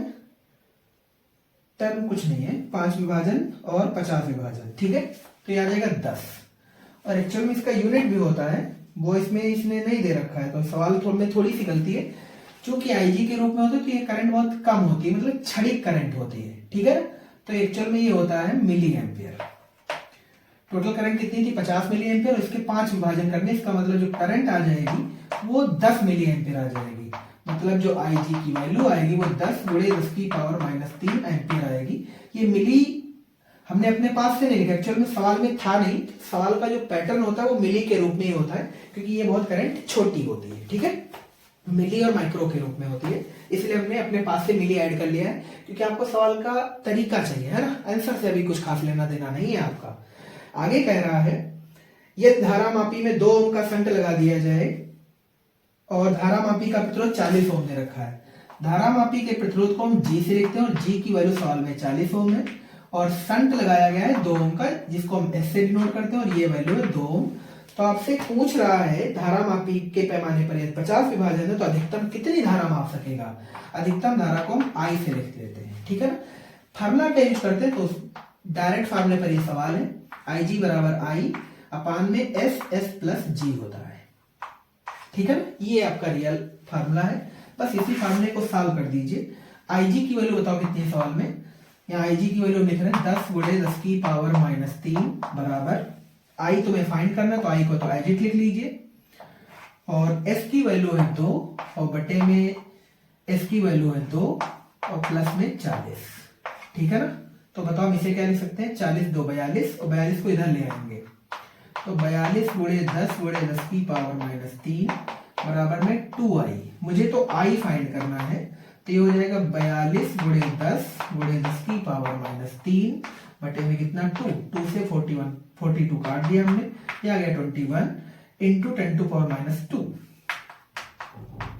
समझ में आया सभी को, क्योंकि -3 है, हमने 10 से मल्टीपल मार दिया, यानी एक घात कम कर दी, 10 की पावर -2 आ गया। आप चाहो तो इसी को अपना आंसर लिख सकते हो एम्पियर के रूप में, या अगर आपको नहीं लिखना है तो आप ये भी लिख सकते हो कि ये एम्पियर के रूप में, कोई दिक्कत तो नहीं, बहुत बढ़िया। अब दे रखा है अंगा नंबर, ये था घा नंबर, ठीक। अब अंगा नंबर में यानी क्वेश्चन नंबर 4 का अंगा, जिसमें 5 क्वेश्चन है। तो अंगा में कह रहा है ट्रांसफार्मर में ऊर्जा की कौन सी हानियां होती हैं।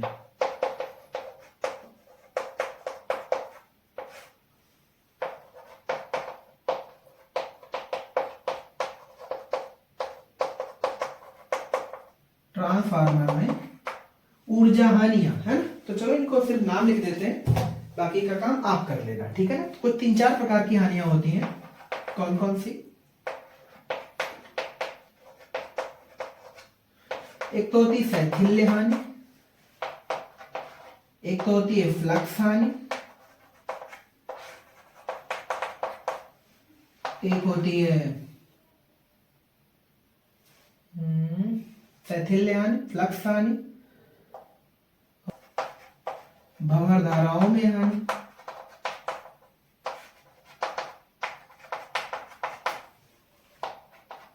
और तांबे में हानि, मतलब धातु में हानि,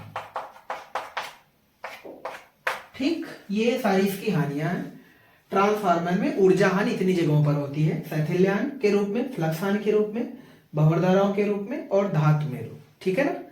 तो ये थे क्वेश्चन नंबर 5 की, और उसमें 5 क्वेश्चन होंगे और हर क्वेश्चन 3 नंबर का, यानी क्वेश्चन नंबर 5 आपको पूरे कंप्लीट 15 नंबर देगा, है ना।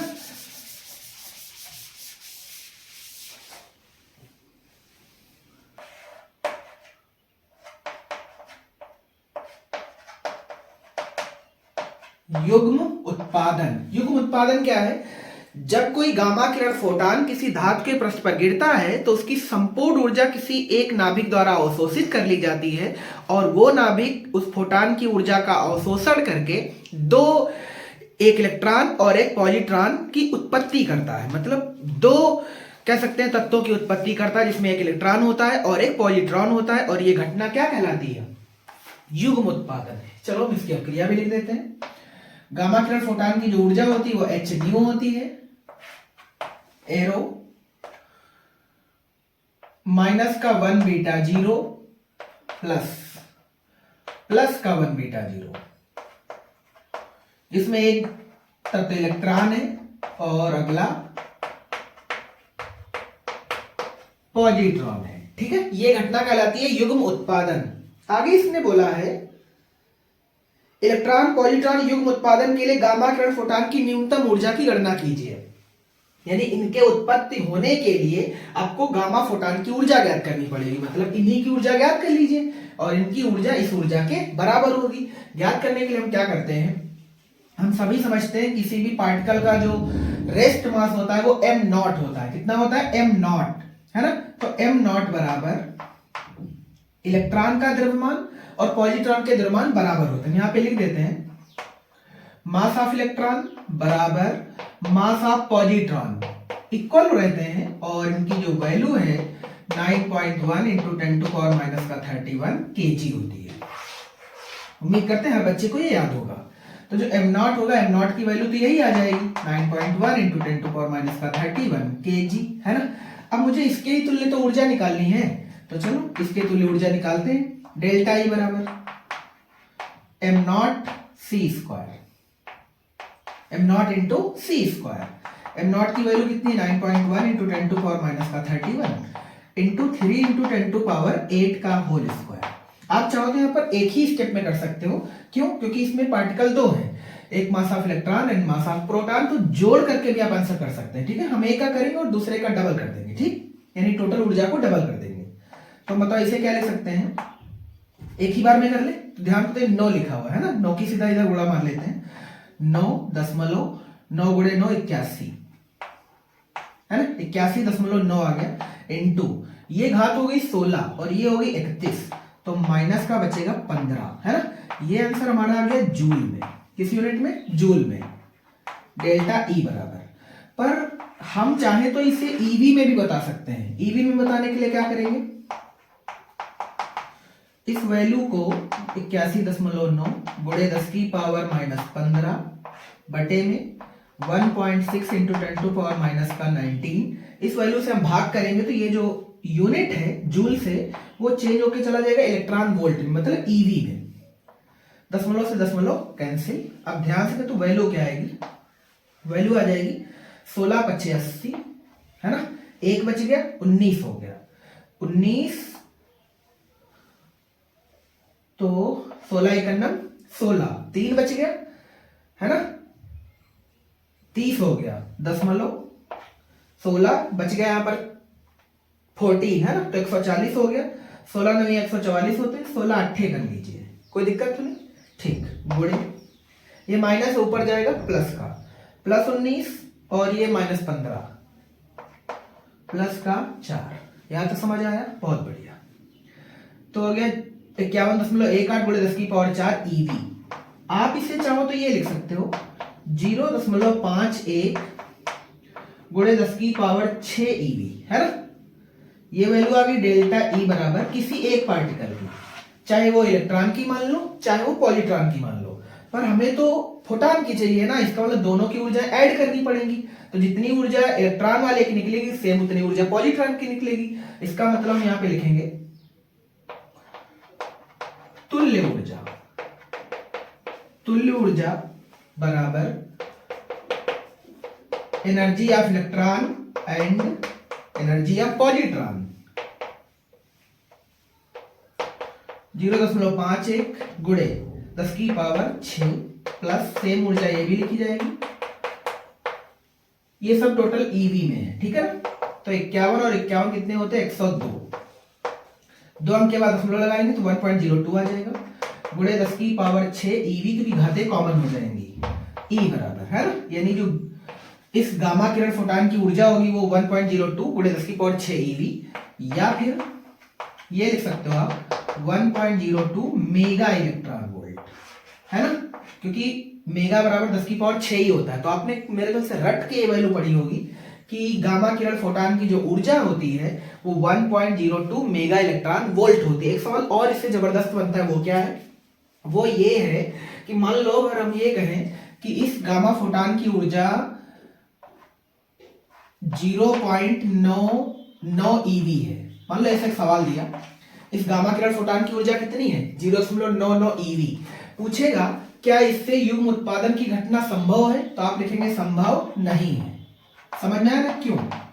क्योंकि युग्म उत्पादन के लिए गामा किरण फोटॉन की ऊर्जा मिनिमम कितनी होती है 1.02 मेगा इलेक्ट्रॉन वोल्ट, और ये वाली वैल्यू इस वाली वैल्यू से कम है, मतलब युग्म उत्पादन पॉसिबल नहीं होगा। ठीक है ना, बढ़िया क्वेश्चन था और ये आने के चांस भी बनते हैं। ठीक, इरेज करते आगे बढ़ते हैं। देखो एक क्वेश्चन से जितना कुछ पूछा जा सकता है वो हम सब बताने की कोशिश करेंगे, तो इसलिए पूरे मॉडल पेपर को जरूर देखा करें, है ना, बीच से देखने का कोई फर्क पड़ेगा नहीं आप पर। अगला क्वेश्चन कह रहा है ट्रांजिस्टर से आप क्या समझते हैं या कितने प्रकार के होते हैं, उनका प्रतीक चिन्ह समझाना है आपको। तो ट्रांजिस्टर आपने पढ़ा होगा कि एक्चुअल में ट्रांजिस्टर में जैसे यह कह सकते हैं पीएन संधि डायोड से बनी एक ऐसी डिवाइस होती है जो ट्रायोड वाल्व के स्थान पर यूज की जाती है। खा नंबर है ट्रांजिस्टर, है ना, किसके स्थान पर यूज किया जाता है ट्रायोड वाल्व के स्थान पर, और ये बनाया जाता है P और N चालक से मिलाकर के, है ना, और ट्रायोड वाल्व के स्थान पे यूज करेंगे तो जाहिर सी बात है एक बार 2 P इस्तेमाल होंगे एक N इस्तेमाल होगा, एक बार 2 N इस्तेमाल होंगे तो एक बार एक P इस्तेमाल हो जाएगा, है ना। तो ट्रांजिस्टर के जो टाइप होंगे वो 2 टाइप के हो जाएंगे। कौन कौन से? एक तो PNP ट्रांजिस्टर, अगला NPN ट्रांजिस्टर, है ना। इसके लिए हम ऐसे बना सकते हैं, ये हो गया P टाइप, ये हो गया N टाइप, ये हो गया P टाइप, यानी 2 P टाइप अर्धचालकों के मध्य एक N टाइप की पट्टी होती तो ट्रांजिस्टर कौन सा कहलाता है PNP। सेम यहां भी आ जाइए, यहां P टाइप की पट्टी 2 N टाइप अर्धचालकों के बीच दबी रहती है, इसको क्या बोलते हैं NPN ट्रांजिस्टर, है ना। अब बात करेंगे इनके सिंबल की।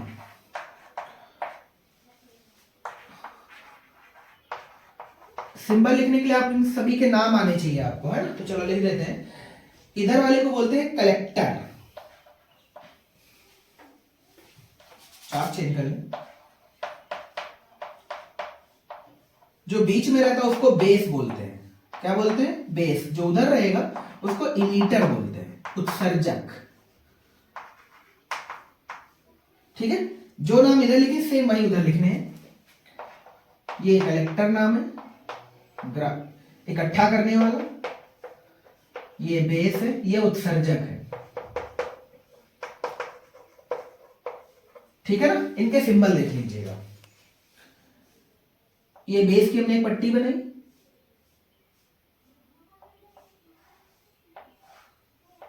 बस हो गया। ठीक है, लिखते कैसे है वो देख लीजिए आप। ये बेस है,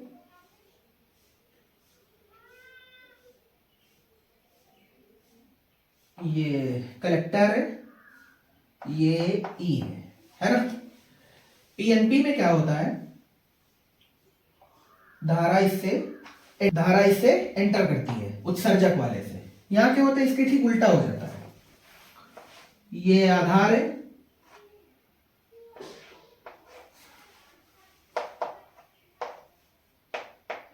यहां से धारा निकलती है, इसमें उत्सर्जक से धारा निकलती है और इसमें उत्सर्जक से धारा प्रवेश करती है। तो ये सिंबल है पीएनपी का और ये सिंबल है एनपीएन का। ठीक है, उम्मीद करते हैं समझ आया होगा। कहानी समाप्त।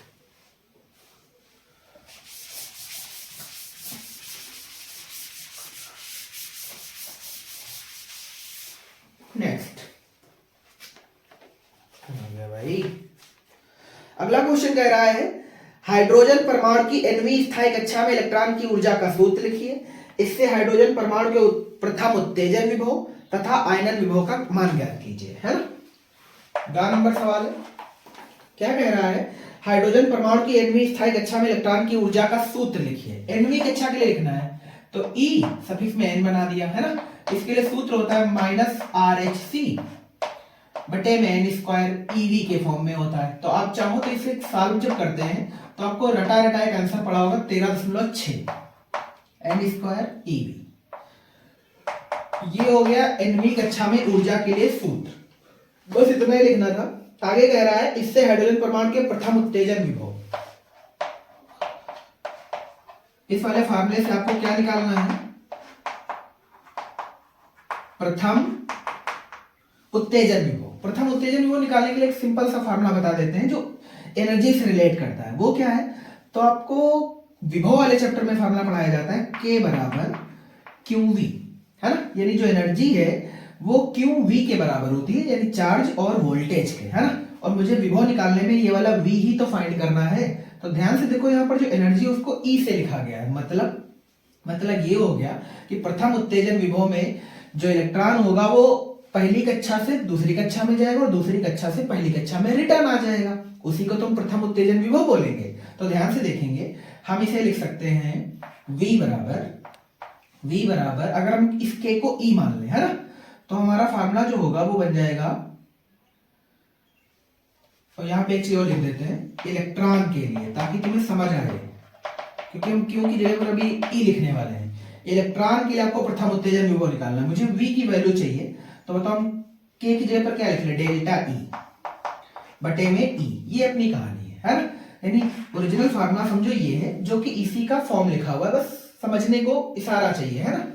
K बराबर QV, K एनर्जी, यहाँ पर एनर्जी को E से लिखा गया है, QV, Q में जो चार्ज है वो इलेक्ट्रॉन है, तो V को तुमने एजिट लिख दिया है, ठीक है। तो V बराबर डेल्टा E पान E आ गया। अब चूंकि उत्तेजन विभव मुझे पहला चाहिए, तो पहले के लिए इलेक्ट्रॉन दूसरी कक्षा में जाना चाहिए, फिर दूसरी से रिटर्न आना चाहिए। तो बताओ डेल्टा E क्या लिखेंगे। अब V बराबर डेल्टा E, बताओ पहले के लिए प्रथम उत्तेजन विभव के लिए क्या लिखा जाएगा, E2 माइनस E1 और बटे में E। बात समझ में आ गई सभी को, बहुत अच्छे। अब E2 और E1 की वैल्यू कैसे लिखोगे, तो दूसरी कक्षा के लिए और ये पहली कक्षा के लिए, तो चलो मार्क करते हैं यार, इधर लिख देते हैं ताकि और समझ आए आपको। E2 की वैल्यू यहां से कॉपी कर दीजिए, हम लिखेंगे माइनस 13.6, चूंकि ये 2 लिखा है इसका मतलब दूसरी कक्षा के लिए, दूसरी कक्षा के लिए मतलब N2 स्क्वायर, ये लिखा है माइनस और ये वैल्यू खुद से माइनस है, तो माइनस माइनस क्या हो जाएगा प्लस 13.6 और बटे में क्या N1 स्क्वायर, पहली कक्षा के लिए, समझ में आ गया ना। और बटे में क्या लिखेंगे E, जो कि पहले से लिखा है, ठीक। अब इसी को सॉल्व कर देते हैं। N2 मतलब 2 का स्क्वायर करेंगे 4, माइनस 13.6 बटे में कितना 4 प्लस 13.6 बटे में 1 और बटे में E। कोई कष्ट तो नहीं, बहुत बढ़िया। ध्यान से, तो ये यूनिट ईवी में चल रही है, तो ये वाला जो कंप्लीट सेक्शन लिखा वो ईवी के फॉर्म में है, ठीक। इसे हमने सॉल्व किया तो आ जाएगा 4 3 12, एक बचेगा 16 हो जाएगा, 4 चौको 16, एक अंक के बाद 3.4, ये आ गया माइनस का, प्लस इसको 1 से भाग करेंगे तो ये यही रहेगा 13.6 और बटे में क्या आ जाएगा E, है ना। अब अगर ध्यान से देखो तो 13.6 से 3.4 घटा दीजिए तो आ जाएगा 10.2, है ना, प्लस का 10.2 EV और बटे में E पहले से लिखा है, तो E से E कैंसिल, तो जो विभव आया वो आ गया 10.2 वोल्ट, है ना। और हम EV को वोल्ट बनाना तो बहुत आसानी से बता देते हैं कि हम बस उस E को ही तो कैंसिल आउट करेंगे तो आराम से वो वोल्ट बन जाएगा, यानी जितनी भी EV वाली वैल्यू लिखी रहती हैं वो समझो वोल्ट के भी फॉर्म में रहती हैं, ठीक। ये तो हो गया प्रथम उत्तेजन विभव। अब मुझे इसके लिए आयनन विभव भी निकालना है।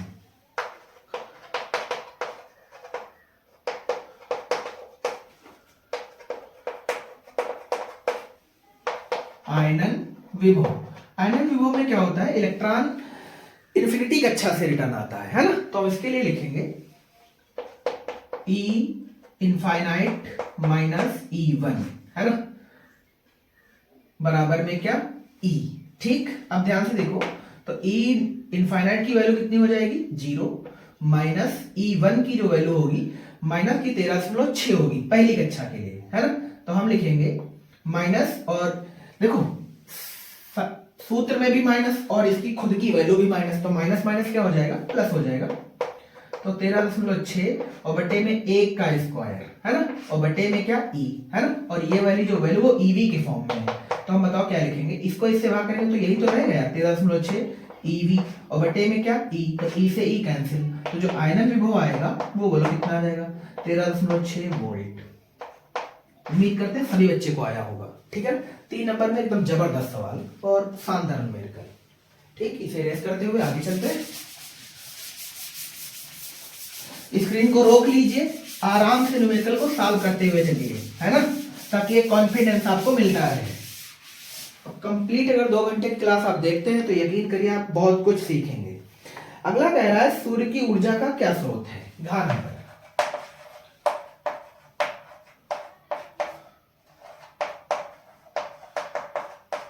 सूर्य की ऊर्जा आप सभी जानते हैं, सूर्य अब तक पीछे प्राचीन काल से गए अब तक तो करोड़ों वर्षों से लगातार ऊर्जा दे रहा है ना, और लगातार ऊर्जा देते हुए भी उसका जो मास है वो अभी बहुत ज्यादा घटने वाला नहीं है, और अगले भी करोड़ों या लाखों करोड़ों वर्षों तक प्रकाश ऐसे ही उत्सर्जित करता रहेगा। तो वैज्ञानिकों ने फिर इसकी सूझ सोची कि ऐसा क्या हो रहा है इसमें जो कंटिन्यू ऐसा काम हो रहा है।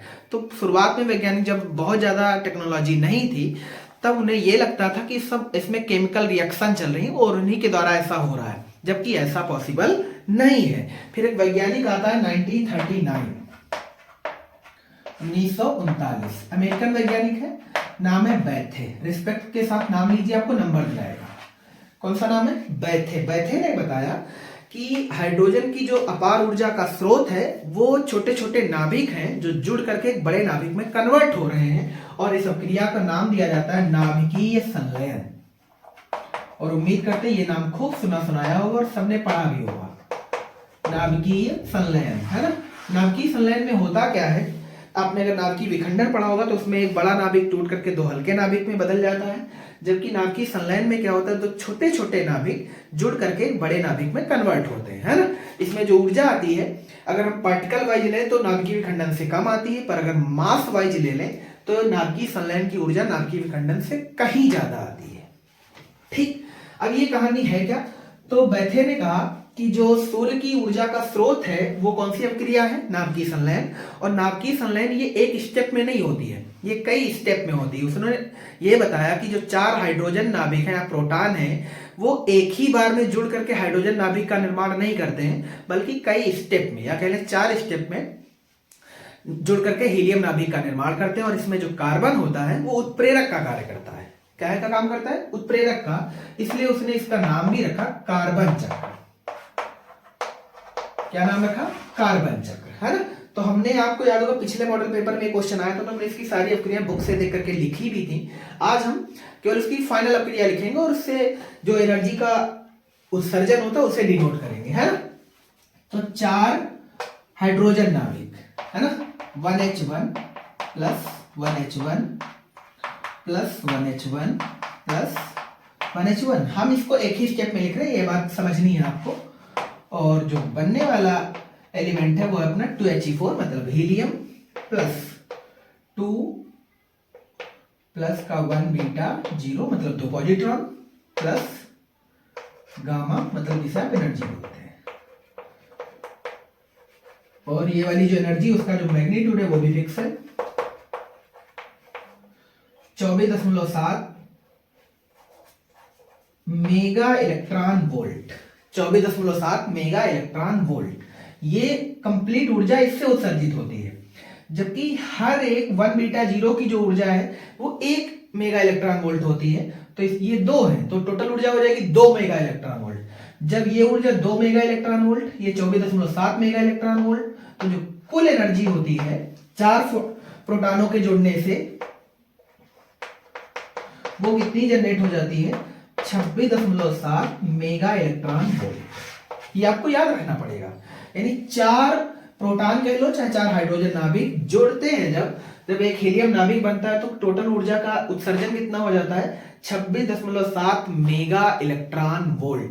पर इस अभिक्रिया में एक प्रॉब्लम है, उसे हम पृथ्वी पर पॉसिबल नहीं कह सकते, इसलिए क्योंकि इसको हैवी टेम्परेचर चाहिए, और इतना हैवी टेम्परेचर केवल सूर्य की कोर में ही है ना, करोड़ों डिग्री सेंटीग्रेड। समझ में आ गया ना? उम्मीद करते हैं समझ आया होगा। ठीक, चलो आगे बढ़ते हैं। तो ये कहानी सब किसने बताई है?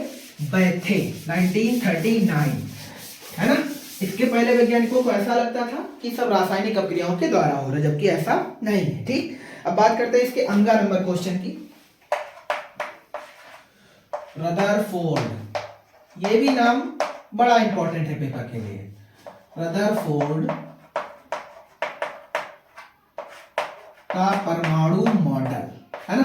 यानी रदरफोर्ड का परमाणु को लेकर के क्या विचार थे। तो विचार इसका बहुत सिंपल था और इसने जस्ट एक्सपेरिमेंट करके बताया था। कोई डाल्टन की तरह कोई अनैतिक थ्योरी नहीं दी थी, मतलब कोई ऐसा बिना एक्सपेरिमेंट के सोच समझ करके आंसर करना नहीं, इसने बाय एक्सपेरिमेंट आंसर दिए थे। क्या इसने बताया था, इसने कोई एक धातु पर यूज नहीं किया था परीक्षण में, बहुत सारी धातुओं पर यूज किए थे परीक्षण अपने, और हर धातु के लिए ये आंसर अलग अलग आता था। ठीक है, तो हम एक स्टैंडर्ड यूज इसका पढ़ लेते हैं, जिसमें इसने एक स्वर्ण पत्र पर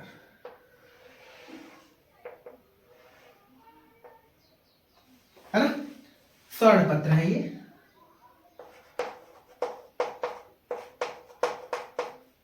यानी ये गोल्ड की प्लेट है। क्लियर हो गया ना। और इस गोल्ड की प्लेट पर इसने अल्फा कणों को बमबारी किया, मतलब अल्फा कणों को इस पे फेंका गया।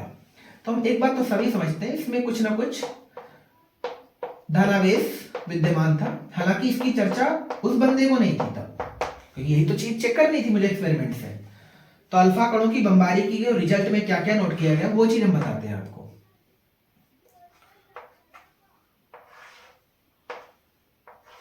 कुछ नोटिस कर लेते हैं।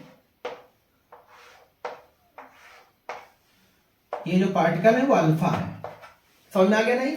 अब एक बात सभी जानते हो, अल्फा कण पर जो आवेश रहता है वो धनावेश रहता है, ये बात आपको समझ में आ गई होगी, है ना। अल्फा कण पर आवेश कैसा होता है, धनावेश। रिजल्ट में उसने देखा कि बहुत सारे पार्टिकल बिना विक्षेपित हुए सीधे निकल जाते हैं, कुछ थोड़े बहुत मुड़ भी जाते हैं, कोई किसी कोण पर कोई किसी कोण पर, और ज्यादातर फ्री निकल जाते हैं। जो बाहर निकल रहे हैं इनकी गिनती करने के लिए एक यहां पर डिवाइस लगाई गई, उसका नाम भी रखा गया प्रस्फुर गणित। यानी इस डिवाइस के द्वारा निकलने वाले अल्फा कणों की गिनती की गई, क्योंकि डालने वाले अल्फा कणों की गिनती और वहां से निकलने वाले अल्फा कणों की गिनती, तभी तो रिसर्च हो पाएगी, है ना। तो जैसे मान लो 100 डाले गए और उधर निकले 98, 97, 95 या 100 के 100 निकले, सब अलग अलग रिजल्ट आए, ठीक है ना। तो उसने देखा ये कि कुछ पार्टिकल वापस लौटते हैं, अच्छा कुछ पार्टिकल सीधे निकलते हैं। तो उसने नोटिस करना शुरू किया, अच्छा अगर कोई पार्टिकल सीधा निकल रहा है इसका मतलब तो ये हुआ कि बीच में ऐसा कुछ नहीं जो इसको रोक रहा हो, मतलब इसमें जो अधिकांश स्थान है वो कैसा है, खाली है, खोखला है। तो पहली एक्सपेरिमेंट से या पहली लाइन तो ये कंफर्म हो गई कि अधिकांश अल्फा कणों का बाहर निकलना ये शो करता है कि परमाणु का अधिकांश भाग खोखला होता है। बहुत बढ़िया है, एक पॉइंट तो बड़ा सरल है। दूसरे में उसने बोला, क्योंकि उसने नोटिस करा कि कुछ पार्टिकल अल्फा के वापस लौटते हैं अलग अलग कोणों पर। ये कोण कुछ भी हो सकते हैं, 0 डिग्री से लेकर के 90 डिग्री तक। हालांकि ये वाले तो 0 डिग्री से बाहर निकल रहे हैं। कुछ लाखों अल्फा कणों में कुछ ऐसे भी थे जो 180 डिग्री पे रिटर्न होते थे। 180 डिग्री या अन्य कोणों पर रिटर्न होना तो ये शो करता है कि लौटाने वाला परमाणु धनावेश ही होगा, क्योंकि धनावेश का रीजन ये है क्योंकि लौटने का मतलब हुआ प्रतिकर्षण। क्या हुआ, प्रतिकर्षण। और प्रतिकर्षण में जब लौटेगा तो इसका मतलब लौटाने वाला जो परमाणु रहा होगा या एलिमेंट्स रहा होगा उसका जो चार्ज होगा वो कैसा रहा होगा, धनावेश रहा होगा। इसका मतलब उसने ये कहा कि इसका जो धनावेश है वो फैला हुआ नहीं है, क्योंकि अगर फैला होता तो ये जो अल्फा कण बाहर निकले इनके बाहर निकलने के चांस नहीं रहते। इसका मतलब जो धनावेश है वो एक जगह पर केंद्रित है। और आपने ऐसा जरूर पढ़ा होगा कि परमाणु में धनावेश नाभिक में केंद्रित रहता है। बात समझ में आ रही सभी को, बहुत अच्छे। तो ये सारी कहानी किसने बताई, रदरफोर्ड ने, ठीक है ना। तो इन्होंने मॉडल बताया किसका, परमाणु का, और इन्होंने नाभिक की भी खोज कर दी। दूसरी एक चीज और, इनसे कुछ गलतियां भी हुई। गलतियां क्या है वो हालांकि पूछी नहीं गई हैं, वो इन्होंने परमाणु के स्थायित्व के बारे में कुछ गलतियां कर दी थी, जिसको समझाने के लिए वैज्ञानिक आयोग आया था, जिसका नाम था नील बोहर। 1913 में, मेरे ख्याल से ये मॉडल जो था 1911-12 का था।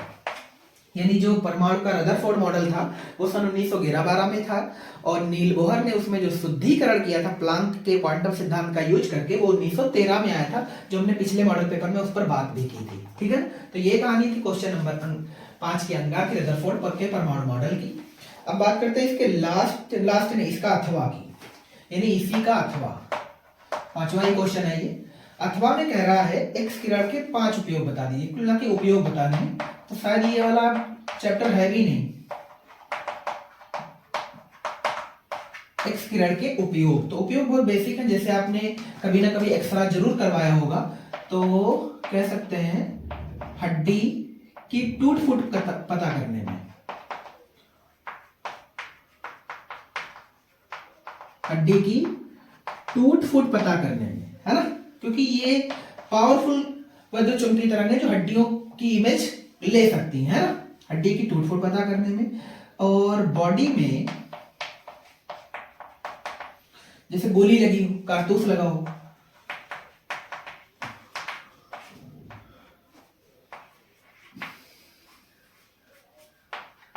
कारतूस का पता लगाने में ये इसका यूज है। आप सीप तो जानते ही होंगे सभी। अब अगर सीप को हमने खोल दिया, देन मोती का पता किया, तो सीप ही खराब हो जाएगी, इसलिए ऊपर से ही पता कर लेते हैं कि मोती परिपक्व हुआ है या नहीं हुआ है। इसलिए इस सीप पर किसका उपयोग कर लेते हैं, एक्स किरण का, है ना। सीप में मोती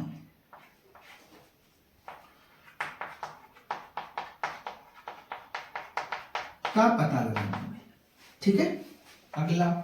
अगला ये है, आप शायद इसके बारे में ना जानते हो, मैं भी जानते भी, क्योंकि आजकल मूवी वगैरह सब बच्चे देखते हैं। आपने ऐसी कोई मूवी जरूर देखी होगी जिसमें जो महंगी चीजें होती हैं उनको लोग जब एयरपोर्ट से निकलते हैं तो उनको छुपाने के लिए अपनी बॉडी को काट करके रख लेते हैं। जैसे मान लीजिए यहाँ से मांस हटा करके अंदर इसके रख लेते हैं और मांस को ऊपर से सिलवा लेते हैं, वही ऑपरेशन के थ्रू, समझ में आ गया ना। तो उस चीज का भी पता किससे लगा लेते हैं, एक्स किरण से। यानी जो वहां चेक करने वाला एक नहीं बैडमिंटन टाइप होता है छोटा सा इंस्ट्रूमेंट, उसका नाम तो प्रॉपर नहीं याद है, तो उसको जब बॉडी से स्कैन किया जाता है तो उसमें जो किरणें निकल रही होती है वो जनरली कौन सी होती है, एक्स किरण, है ना। तो सीप में मोती का पता लगाने में,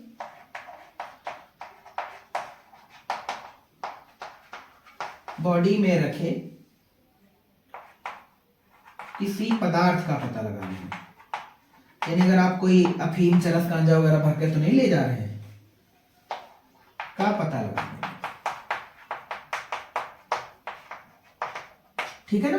ये उपयोग है किसके, एक्स किरण के। बात क्लियर हो गई ना, बहुत बढ़िया। अब बात करते हैं क्वेश्चन नंबर 6, 7, 8, 9। हर क्वेश्चन 5-5 नंबर का है और हर क्वेश्चन के साथ अथवा है, ठीक है ना। तो चलो शुरू करते हैं आगे।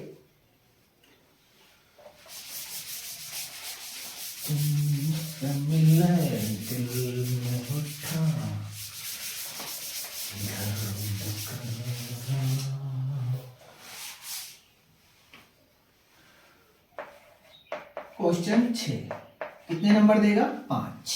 क्या कह रहा है, जबरदस्त न्यूमेरिकल है, तो दोनों न्यूमेरिकल ही दे रखे हैं, क्वेश्चन नंबर 6 में दोनों ही न्यूमेरिकल है, ठीक। चलो देखते हैं इनको।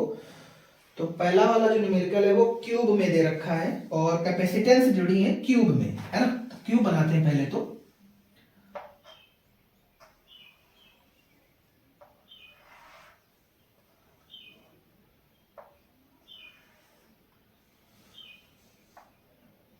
थोड़ा और बड़ा बना लेते हैं ताकि प्रॉपर दिखे आपको।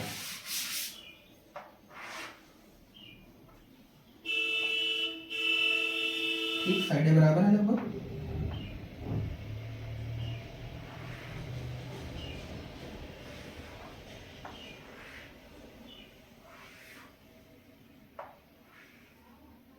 थोड़ा बहुत छोटा बड़ा चलेगा, ठीक।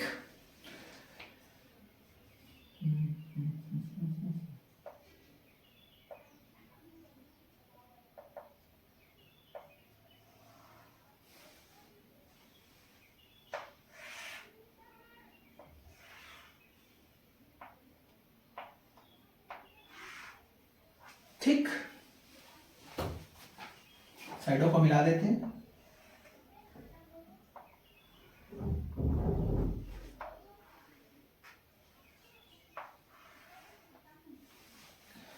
ठीक, अब ऐड करते हैं रजिस्टर, कैपेसिटेंस है, रजिस्टर नहीं है।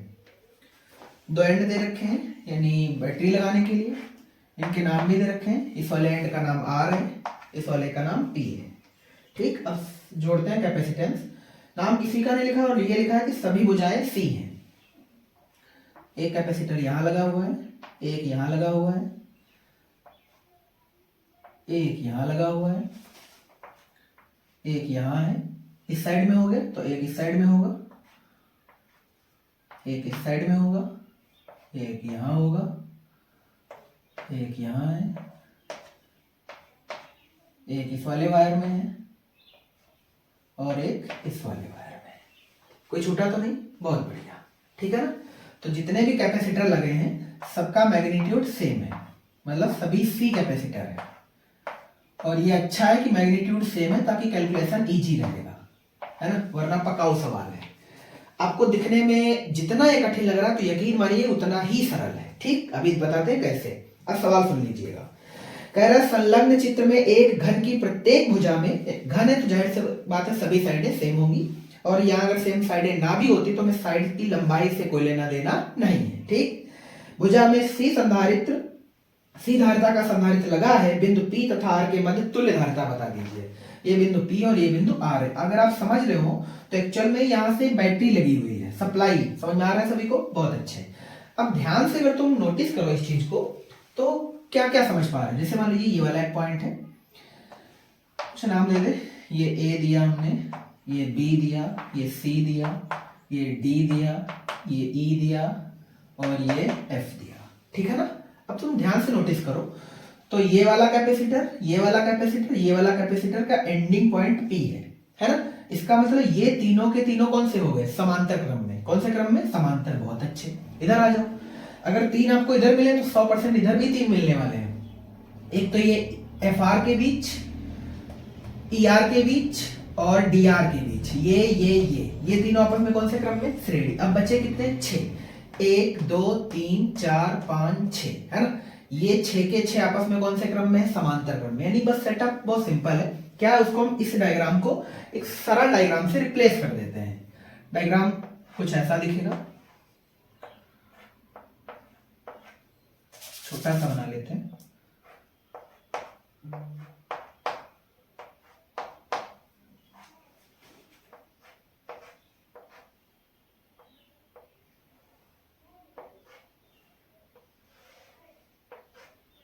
दो 3 4 5 6,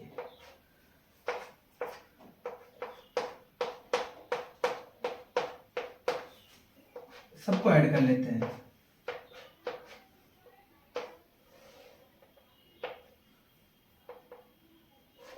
फिर ये वाले तीन, इनको भी समांतर क्रम में लगा लो।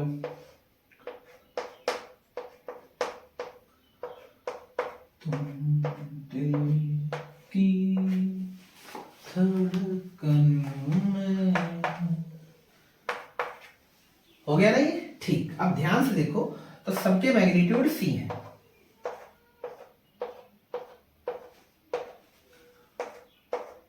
है ना। अब आपसे पूछ रहा है कि P और R के बीच नेट आंसर बता दीजिए। तो आपको एक बार सूत्र लिख देते हैं। C समांतर के लिए जो सूत्र होता है वो होता है C1 + C2 + C3। श्रेणी के लिए जो होता है वो 1/, में होता है, वो होता है 1/C1 + 1/C2 + 1/C3, है ना। तो सबसे पहले इन समांतर क्रम में, इसे समांतर क्रम में, इसे समांतर क्रम में, तो हम इस डायग्राम को एक छोटे से डायग्राम से और रिप्लेस कर सकते हैं। कैसे,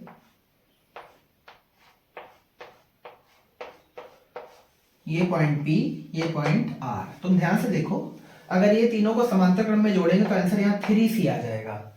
इनको समांतर क्रम में जोड़ेंगे तो 6C आ जाएगा, इन्हें समांतर क्रम में लगाएंगे तो 3C आ जाएगा। कोई कष्ट तो नहीं, बहुत अच्छे।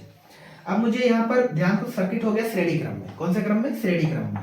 तो हम लिखेंगे 1/C, सफिक्स में हमने PR लिख दिया, मतलब P और R के बीच का।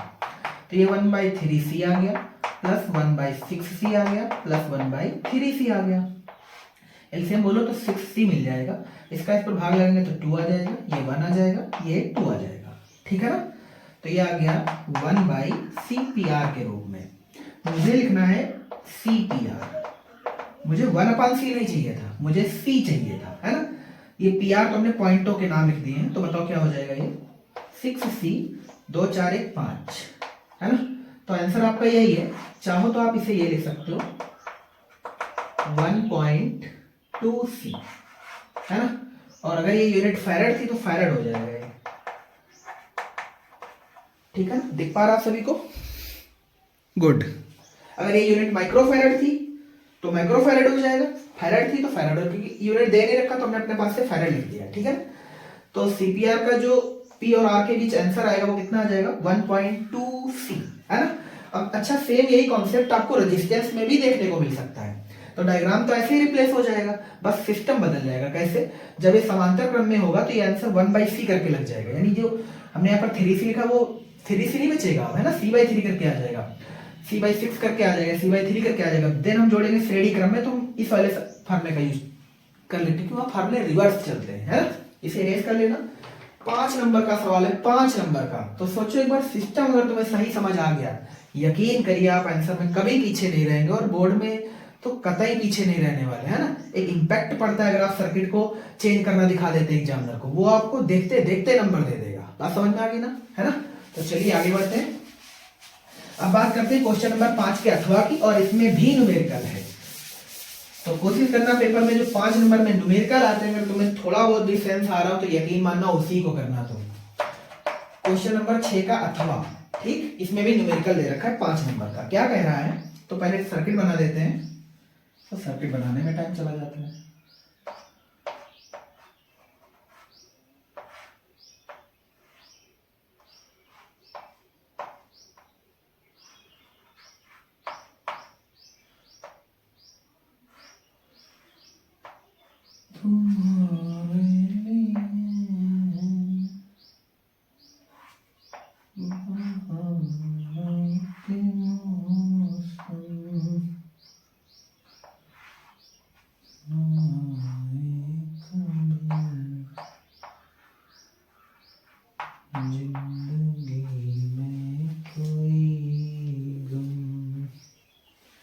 ये सप्लाई है 5 वोल्ट, ये रेजिस्टेंस है 1 ओम, ये कैपेसिटर लगा है 3 माइक्रोफैरड का, ये भी 3 माइक्रोफैरड का, सब 3 माइक्रोफैरड का।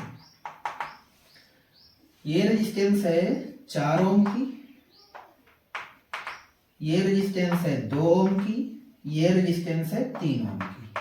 सवाल है ये, ठीक। अब एक बार सवाल सुन लीजिए क्या कह रहा है। पॉइंट दे रखे हैं, ये ए बी दे रखा है, सी डी दे रखा है, ई एफ दे रखा है, ठीक। अब सवाल सुने ध्यान से। कह रहा है संलग्न चित्र में प्रदर्शित परिपथ में प्रत्येक संधारित्र पर स्थायी अवस्था में आवेश की गणना कीजिए। ये जो कैपेसिटर लगे हैं, आप 4 देख रहे होंगे, इन कैपेसिटर पर आपको चार्ज निकालना है, वो भी स्थायी अवस्था में। तो जैसे ये लाइन बोलेगी तो अपने को एक चीज चमक जानी चाहिए, वो क्या है, वो इधर हम लिख देते हैं।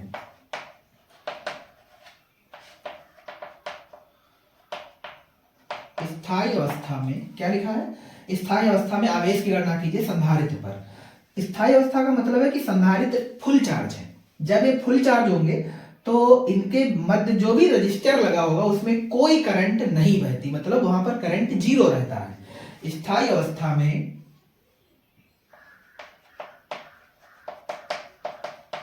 संधारित्र, और ये लाइन ही समझो न्यूमेरिकल का क्लू पॉइंट है। स्थायी अवस्था में संधारित्र आवेशित होते हैं, अतः उनके मध्य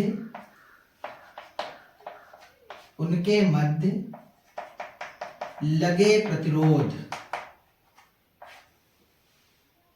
में धारा शून्य होगी। बस हो गया काम। अगर आपको ये समझ में आता है, स्थायी कंडीशन में जो कैपेसिटर होंगे वो फुल चार्ज होंगे। जब फुल चार्ज होंगे तो यहाँ पर कोई करंट नहीं होगा, और जब कोई करंट नहीं होगा तो अब सर्किट आसान हो गया। ध्यान से देखो, यहां से करंट निकला I। अच्छा, I की मुझे क्यों जरूरत है वो सिंपल समझो यार। मुझे कैपेसिटर पर चार्ज चाहिए। क्या चाहिए? कैपेसिटर पर चार्ज, है ना। तो यहां चलो लिख देते हैं, देन फाइंड Q, है ना, ऑन कैपेसिटर। यानी मुझे कैपेसिटर पर चार्ज चाहिए। तो कैपेसिटर चार्ज के लिए फार्मूला बोलो क्या होता है यार? Q बराबर CV। इसका मतलब मुझे C तो कंफर्म पता है, चाहिए क्या मुझे? वोल्टेज। तो इन साइडों के वोल्टेज ही तो चाहिए। तो तुम ध्यान से देखो, अगर ये वाला रजिस्टर ना लगा रहता तो 5 वोल्ट इसका भी वोल्टेज होता और 5 ही वोल्ट इसका भी वोल्टेज होता, क्योंकि करंट दोनों में 0 रहता। तो 5 वोल्ट यहां भी होता, 5 वोल्ट यहां भी होता, क्योंकि पूरा सेटअप समांतर क्रम का है। पर ये वाला 4 ओम के साथ कोई कैपेसिटर नहीं लगा, इसका मतलब यहाँ का वोल्टेज आपको निकालना पड़ेगा। अब जब यहाँ वोल्टेज आप निकाल लेंगे, देन आप आराम से इनको इजीली समांतर क्रम में जोड़ पाएंगे, है ना। तो Q बराबर CV, मतलब मुझे इस सवाल में केवल V फाइंड करना है। ये मत सोचना V 5 वोल्ट दे रखा, 5 नहीं है इसका, 5 तो पूरे सर्किट का है ना, पर मुझे इन साइडों का चाहिए वोल्टेज। चलो देखते हैं। अब मुझे V निकालना है, तो V निकालने के लिए क्या करें, अगर हम किसी प्रकार यहाँ का वोल्टेज फाइंड कर लेते हैं तो यकीन करिए अब मुझे ये वोल्टेज और ये वोल्टेज दोनों ही तो पता चल जाएंगे, क्योंकि इस लाइन के साथ ये और ये दोनों समांतर क्रम में लगे हुए हैं। तो चलो देखते हैं फिर सॉल्व करके। वोल्टेज चाहिए यहाँ का, तो बताओ फिर क्या लिखें, VCD है ना, तो बराबर क्या लिखेंगे, IR। क्या लिखेंगे, IR, है ना। अब बताओ हम क्या करें, या रुक जाना थोड़ा, पहले I निकाल लो यार। I के लिए क्या करें, T/R plus small r। Cell के साथ जो रजिस्टर है वो स्मॉल r होता है ना।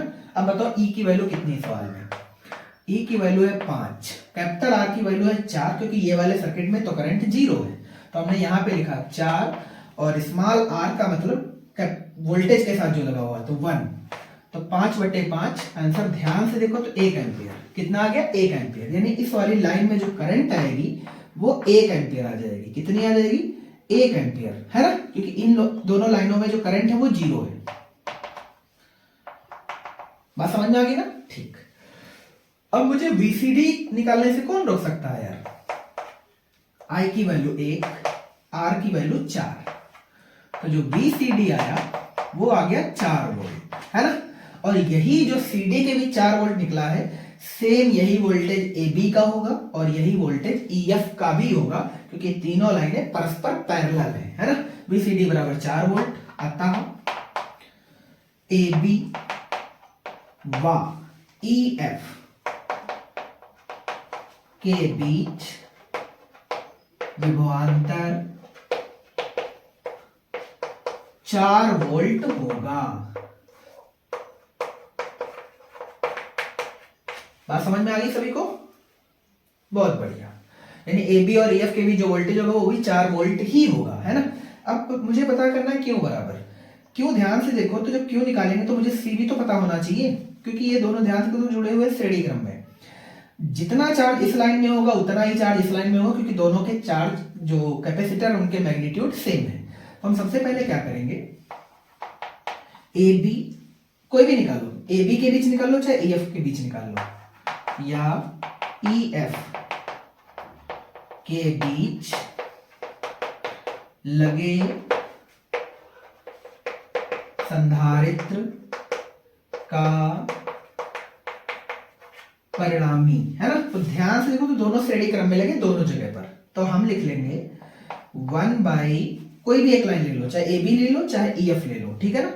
1/C बराबर 3 प्लस 3, तो ये हो जाएगा 3/2, मतलब C बराबर 3/2 मतलब 1.5, और ये माइक्रोफैरड है, तो जाहिर सी बात है ये वाली वैल्यू भी माइक्रोफैरड रहेगी, यानी इस लाइन का C और इस लाइन का C बराबर हो जाएंगे, है ना। तो हम यहां लिख सकते हैं, अतः CAB बराबर CEF बराबर 1.5 माइक्रोफैरड, है ना। अब मुझे निकालना है चार्ज, चलो लिखते हैं चार्ज। तब प्रत्येक संधारित्र पर आवेश क्या होगा, ध्यान से देखो, Q बराबर CV, और C की वैल्यू सवाल में कितनी है यार, 1.5 इंटू V की वैल्यू सवाल में 4 है, तो आंसर आ गया 15 चौके 60, यानी 6 माइक्रो कूलम। यानी प्रत्येक कैपेसिटर पर जो चार्ज होगा उसका मैग्नीट्यूड 6 माइक्रो कूलम होगा। यानी ये वाला न्यूमेरिकल पिछले वाले न्यूमेरिकल से टाइट है, यानी जो पीछे आडंबर सा डायग्राम देख रखा था वो डायग्राम जरूर थोड़ा सा टफ लग रहा था, पर जब हमने उसको सॉल्व किया तो इतना टाइम नहीं लगा और इतना झंझट नहीं था। इस सवाल को देखने में सा छोटा लग रहा है पर पकाऊ है, ये समझ में आया होगा। यानी 5 नंबर देगा एग्जामिनर आपको, तो ऐसे तो नहीं देगा, है ना, तो पूरा भेजा घुमा लेगा आपका, है ना। आराम से स्क्रीन रोकिए, आराम से सॉल्व कर लीजिए।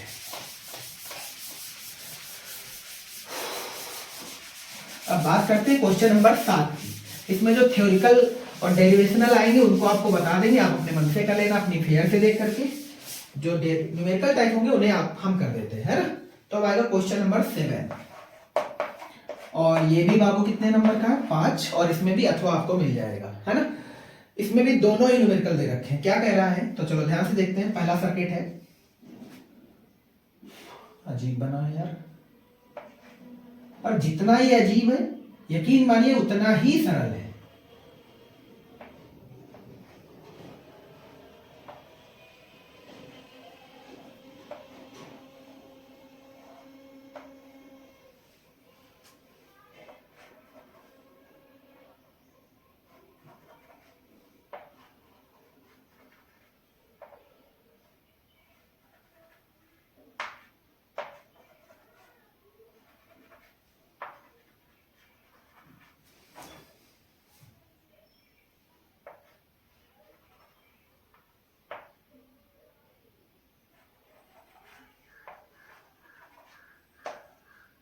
ठीक है, यहां से सर्किट खुला हुआ है, ये पॉइंट है, ये पॉइंट ए है और ये पॉइंट बी है। न्यूमेरिकल 5 नंबर का है। क्या है, ध्यान से देखना, सारी वैल्यू ओम में है। ठीक, तो हम नंबर लिखेंगे, ओम बार बार नहीं लिखेंगे। ये 6 है, ये 2 है, ये भी 2, ये भी 2, ये भी 2, ये भी 2, ये मिडिल वाला 6 है, ये 2, ये 2, और ये वाला 4 है, ये 2, ये 2, और ये वाला भी 2, ये वाला भी 2। रजिस्टर आपको सारे क्लियर होंगे। ठीक, क्या कह रहा है, ए व बी के बीच तुल्य प्रतिरोध निकालिए, पॉइंट ए और पॉइंट बी।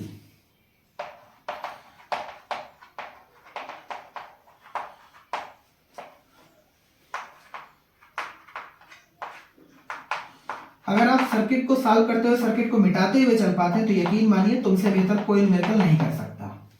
ठीक, ए व बी के बीच मुझे तुल्य प्रतिरोध निकालना है, जिसको हमने आर ए बी से डिनोट कर दिया। क्लियर हो गया ना ये। ठीक, अब बहुत ध्यान से देखो अगर तुम, तो इस वाले जंक्शन से ये वाला सर्किट टूटा हुआ है, मतलब ये आपको ये भी सेंस होना चाहिए कि हम जिस पॉइंटों के बीच रजिस्टर निकाल रहे हैं कंप्लीट, उनमें कौन से सर्किट के रजिस्टर ऐसे हैं जो काम में नहीं आ रहे हैं। तो ध्यान से देखो, तो ये वाला सर्किट यहाँ से टूटा हुआ क्योंकि ये बंद नहीं है ना यहाँ पर, तो बंद सर्किट ना होने के कारण 2 और 2 ये सर्किट खुले परिपथ में गिने जाएंगे और इनमें धारा का कोई प्रवाह नहीं होगा।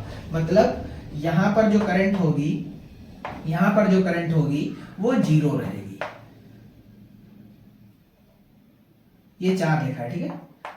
यहाँ पर जो करंट होगी वो 0 रहेगी। ऐसा क्यों, क्योंकि ये वाले दोनों के दोनों कौन से सर्किट में गिने जाएंगे, खुले परिपथ में। और आपने पढ़ा होगा खुले परिपथ के बीच धारा का प्रवाह शून्य होता है ना। तो खुले परिपथ में धारा 0 रहती है। अब यही धारा कंटिन्यूअसली ऐसे ऐसे बढ़ती चली आएगी, है ना। तो मुझे ए और बी यहाँ निकालना, मतलब काम का ये सर्किट है, ये 2 और ये 2 एक्स्ट्रा लगे थे कंफ्यूज करने के लिए। ठीक, चलो अब ध्यान से देखते हैं। अब तुम ध्यान से देखो, अगर हम ये वाला कोना पकड़े और ये वाला कोना पकड़े और यहां से ऐसे सीधा कर दें, चूंकि ये वाले दोनों अब हट गए हैं, तो काम में कौन कौन आएगा, 2 2 2 2 और ये 4। जब हमने इसको पकड़ के ऐसे सीधा किया तो पूरा का पूरा सर्किट कुछ ऐसा दिखेगा, सब श्रेणी क्रम में चला जाएगा, है ना। कैसे, ये वाली वैल्यू 2, ये वाली वैल्यू 2, ये वाली वैल्यू 4 ओम, ये वाली वैल्यू 2 और ये वाली वैल्यू 2। पूरा सर्किट कौन से क्रम में, श्रेणी। ऐड कर दीजिए, 4 4 8 4 12। यानी इस पूरी लाइन का जो आंसर है अपना, ए यहां से लेकर यहां तक, यहां से लेकर यहां तक, कितना आंसर है, 12 ओम। बात समझ में आ गई सभी को, बहुत अच्छे यार। अब तुम ध्यान रखो, तो ये वाला 12 ओम कुछ यहां पर ऐसे निकल के आएगा। तो हम रजिस्टर को और बनाते हैं,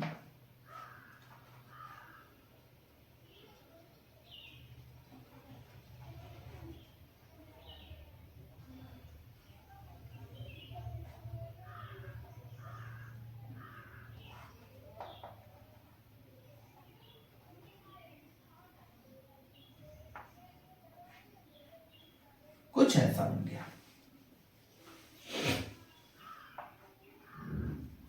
ये 2 है, ये 2, ये 2, ये 6, ये 2, ये 2, ये 6 और ये 2। ये पॉइंट ए, ये पॉइंट बी, ये 6 और ये कितना हो गया, 12। अब तुम ध्यान से देखो, तो ये दोनों आपस में कौन से क्रम में, समांतर। इनको जोड़ दीजिए, तो 1/c डैश मान लो इन दोनों के बीच को, 1/6 प्लस 1/12। सी डैश निकालेंगे आप, 12/3 आ जाएगा, ये आंसर 4 आ जाएगा। यानी इन दोनों लाइनों का जो करेक्ट आंसर हो कितना आ गया, 4 ओम। अब सर्किट बोलो कैसा हो जाएगा। अब सर्किट तुम्हें कुछ ऐसा दिखेगा,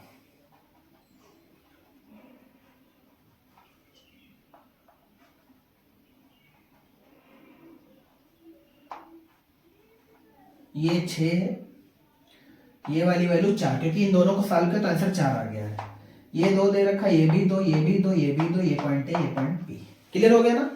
अब सेम यही रूल पीछे वाला फिर से अप्लाई हो जाएगा, यानी चीजें रिवर्स, फिर फॉरवर्ड, फिर रिवर्स, फिर फॉरवर्ड, ऐसे चल रही है। 2 2 4 4 8, 2 10, 2 12, यानी इस लाइन का आगे उत्तर कितना? 12। ये 12 जब 6 से जुड़ेगा तो कितना आ जाएगा? 4। तो अब जो फाइनल सर्किट आएगा वो ये आ जाएगा।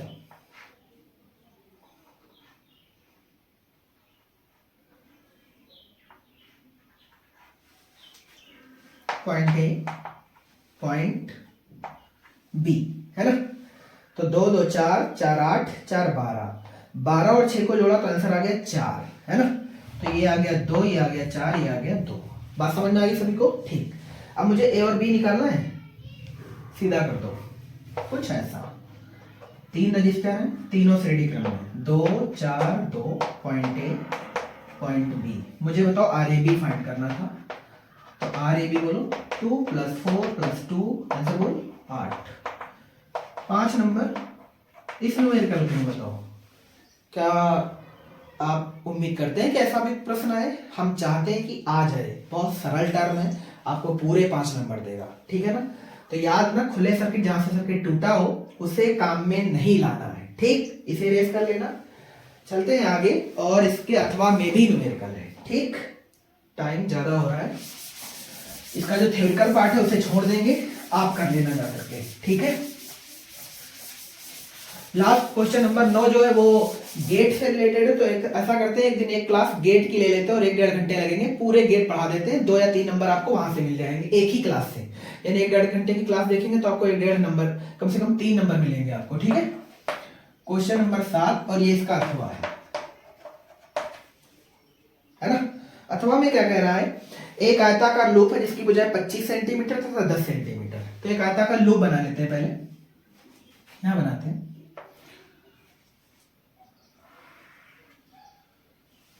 पढ़ लेते हैं एक बार पूरा। एक आयताकार लूप जिसकी भुजाएं 25 और 10 हैं, 1.5 एम्पियर की धारा प्रवाहित हो रही है। इसे इस प्रकार रखा जाता है कि इसकी बड़ी भुजा 2 सेंटीमीटर दूरी पर रखे एक लंबे रिजरेखी धारावाही चालक जिसमें 25 एम्पियर की करंट बह रही है के समांतर है। तो ऐसा करिए, जनरली लूप की हम लंबाई को ऐसे बनाते हैं, तो इस बार लंबाई ऐसे बना लेते हैं, चौड़ाई वैसे बना लेते हैं। ऐसा इसलिए क्योंकि मुझे वायर भी रखना है, ठीक? ऐसे, ठीक? कह रहा है यहां पर एक वायर भी रखा है, वायर में भी करंट है। वायर में जो करंट है वो 25 एम्पियर है और इसमें जो करंट है वो 1.5 एम्पियर है। ये 1.5 एम्पियर ऐसे जा रही है। समझ में आ गया सभी को? बहुत अच्छे।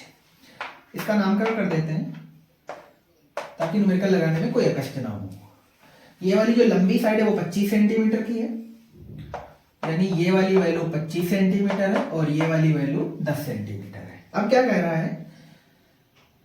इसकी बड़ी भुजा से जो वायर है वो 2 सेंटीमीटर दूरी पर है, यानी ये वाली जो दूरी है वो 2 सेंटीमीटर है। कंफर्म हो गया?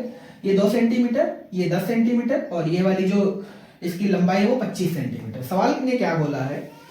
कह रहा है बड़ी भुजा वायर से समांतर है, तो आपको दिख रहा होगा बड़ी भुजा तार से समांतर है। पॉइंट नंबर 1, लूप की प्रत्येक भुजा पर बल, ठीक? निकाल लेते हैं।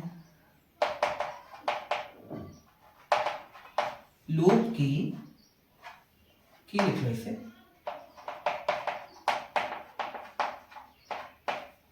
भुजा पर बल। पॉइंट नंबर 2, लूप पर कुल बल।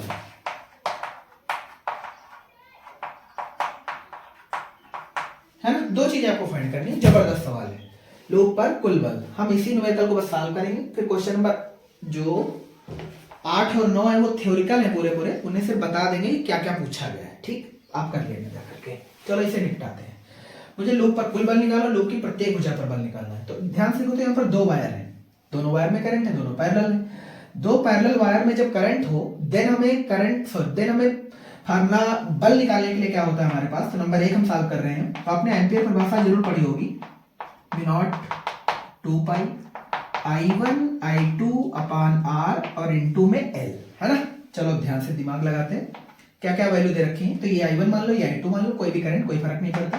V0 बाई 2 पाई की जो वैल्यू होती है वो कंप्लीट ये होती है 2 × 10⁻⁷ इंटू I1 की वैल्यू बोलो कितनी है 25 गुणे I2 की वैल्यू 1.5 ले लीजिए बटे R ये वाली दूरी है, क्योंकि मुझे इस वाले साइड पे निकालना तो ये वाली डिस्टेंस लिखेंगे 2 गुणे 10 की पावर -2, है ना। ये एम्पियर में डेटा थे तो हमने इनमें कोई चेंज नहीं करा। इनटू L बच गया, L मतलब ये वाली लंबाई हो गई, है ना। और ये वाली साइड की लंबाई कितनी 25 सेंटीमीटर, तो हम आराम से ले सकते हैं 25 गुणे 10 की पावर -2। उम्मीद करते हैं हर बच्चे को यहाँ तक आया होगा, है ना। चलो यहाँ पे देखते हैं क्या कुछ कट सकता है। -2 से -2 तो कट ही सकता है यार, 2 से 2 कैंसिल आउट हो जाएगा। 25 गुणे 25 625 होते, 625 की गुणा 15 से कर दीजिएगा, है ना। तो हम यहाँ पे छोटा सा लिख देते हैं 625 की गुणा 15 से, 15 बचे 75 के 5 हासिल आएंगे 7, 15 दूना 30, 30 7 37 हासिल आएंगे 3, 15 छक्का 90, 90 3 93, है ना। ध्यान से देखो तो ये एक अंक के बाद दशमलव है तो हमने यहाँ पे दशमलव लगा दिया, गुणे कुछ घाते बची, बिल्कुल बची -7, तो ये आ गया फोर्स अपना न्यूटन। ये तो आ गया एडी साइड पर, तो हम यहाँ पर एडी मेंशन कर देते हैं, ठीक है। अब एक चीज तुम और दिमाग लगाओ, ये फोर्स एडी पर है तो क्या यही फोर्स सीबी पर भी होगा? तो ऐसा नहीं होगा, क्योंकि ऐसा इसलिए नहीं होगा, ऊपर की डेटा तो सारे सेम रहेंगे पर आर चेंज हो जाएगा, क्योंकि आर इस बार भी यहाँ से यहाँ वर्क करेगा। ये यार जब हम बीसी पर फोर्स निकालेंगे, ये तो एडी का फोर्स निकला है, जो कि मुझे लूप की हर साइड पे फोर्स बताना था, तो अब ध्यान से नोटिस करते हैं। ये निकला एडी पर, अब निकालते हैं बीसी पर, है ना। एफ बीसी निकालने के लिए बताओ क्या करें, फार्मूला यही रहेगा, μ0/2 पाई I1 I2 इंटू एल बटे में जो आर होगा वो अब आर नहीं बचेगा, वो आर प्लस और ये वाली दूरी, और ये वाली दूरी कितनी है 10 है, या मान लो 10 ही है, मान क्या है इसमें, चाहो तो x मान करके फिर 10 रखते, तो चूंकि ये वाली साइड 10 ही तो 10 ऐड हो जाएगा, r प्लस 10 सेंटीमीटर, है ना। अब इसको ऐड कर लेते हैं, ध्यान से देखना, 2 गुणे 10 की पावर -7, I1 की वैल्यू बोलो कितनी है 25, क्योंकि वायर की करंट है, ये 1.5 है, इनटू और इसकी जो लेंथ है वो 25 अगेन है, गुणे 10 की पावर -2 है। ध्यान से तो 2 सेंटीमीटर ये और 10 सेंटीमीटर ये, इसका मतलब हो गया 12 सेंटीमीटर, सेंटीमीटर को हमने मीटर बना लिया, तो 12 गुणे 10 की पावर -2 हो गया, है ना। तो -2 से -2 खलास, ये आ गया 6, है ना। 25 गुणे 25, या हम और कुछ काट सकते हैं यार, और कुछ नहीं कटेगा, कट जाएगा, थोड़ा सा काट सकते हैं, ये आ जाएगा 3 से हमने काट दिया, 2 आ गया, और ये कितना आ गया 0.5 आ गया। समझ में आया सभी को? बहुत बढ़िया। 25 गुणे 25 625, 625 1200, सॉरी 625 की गुणा हम 5 से करेंगे, तो इसको यहाँ कर लेते हैं, 55 25 के 5, 5 दूनी 10, 10 2 12 और 5 का 30, 30 से 31, 3125, है ना। तो बराबर 3125 मतलब 312.5 और बटे में कितना 2, है ना। आप इसे सॉल्व करके लिख सकते हैं, ये घात -7 है, तो इसे कंप्लीट आंसर कितना कर देंगे हम, तो ये हो जाएगा 150 नहीं, 15 दूना 30, 156, है ना, 156 और 2.5, है ना। तो हम इसे लिख सकते हैं 156.25, यानी जो FBC आएगा वो आ जाएगा 156.25 इंटू 10⁻⁷ न्यूटन, ठीक है ना। यहाँ पर घाते भी ऐड है -7, तो FAD का फोर्स 937.5 है, जबकि इस वाली साइड का फोर्स 156.25 है। अब तुम दिमाग लगाओ कि इन साइडों पर क्या फोर्स होंगे, DC और AB। DC और AB पर फोर्स 0 रहेंगे, है ना। DC और AB पर फोर्स 0 रहेंगे, क्योंकि वो मैग्नेटिक फील्ड के पैरेलल में लाइनें आ जाएंगी। तो ये तो हो गया पहला पॉइंट। अब बात करनी मुझे सेकंड पॉइंट पर, लूप पर कुल बल। यहां पर एक चीज और लिख सकते हैं आप, क्या लिख सकते हैं, ध्यान से देख लीजिएगा, लूप की भुजा DC और AB, CD व AB पर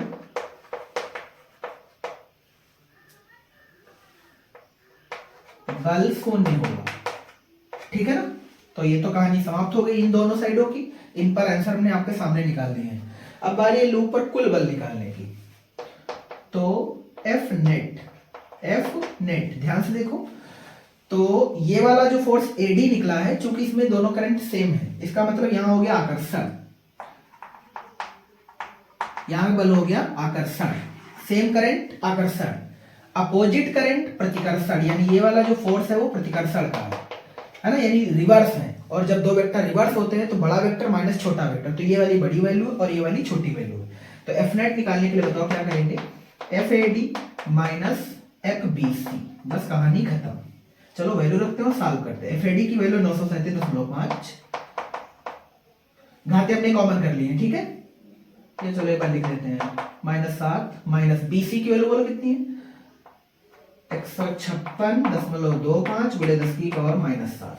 तो ध्यान से देखो, तो 50 से 25 गया तो 10.25 आ गया, 7 से 6 गया 1 आ गया, 3 से 5 13 से 5 गया 8 आ गया, 8 से 1 गया 7 आ गया, ठीक है ना, गुणे 10 की पावर -7 न्यूटन। और ये फोर्स रहेगा आकर्षण का, क्योंकि जिस वेक्टर से घटाते हैं वही आंसर रहता है, ठीक।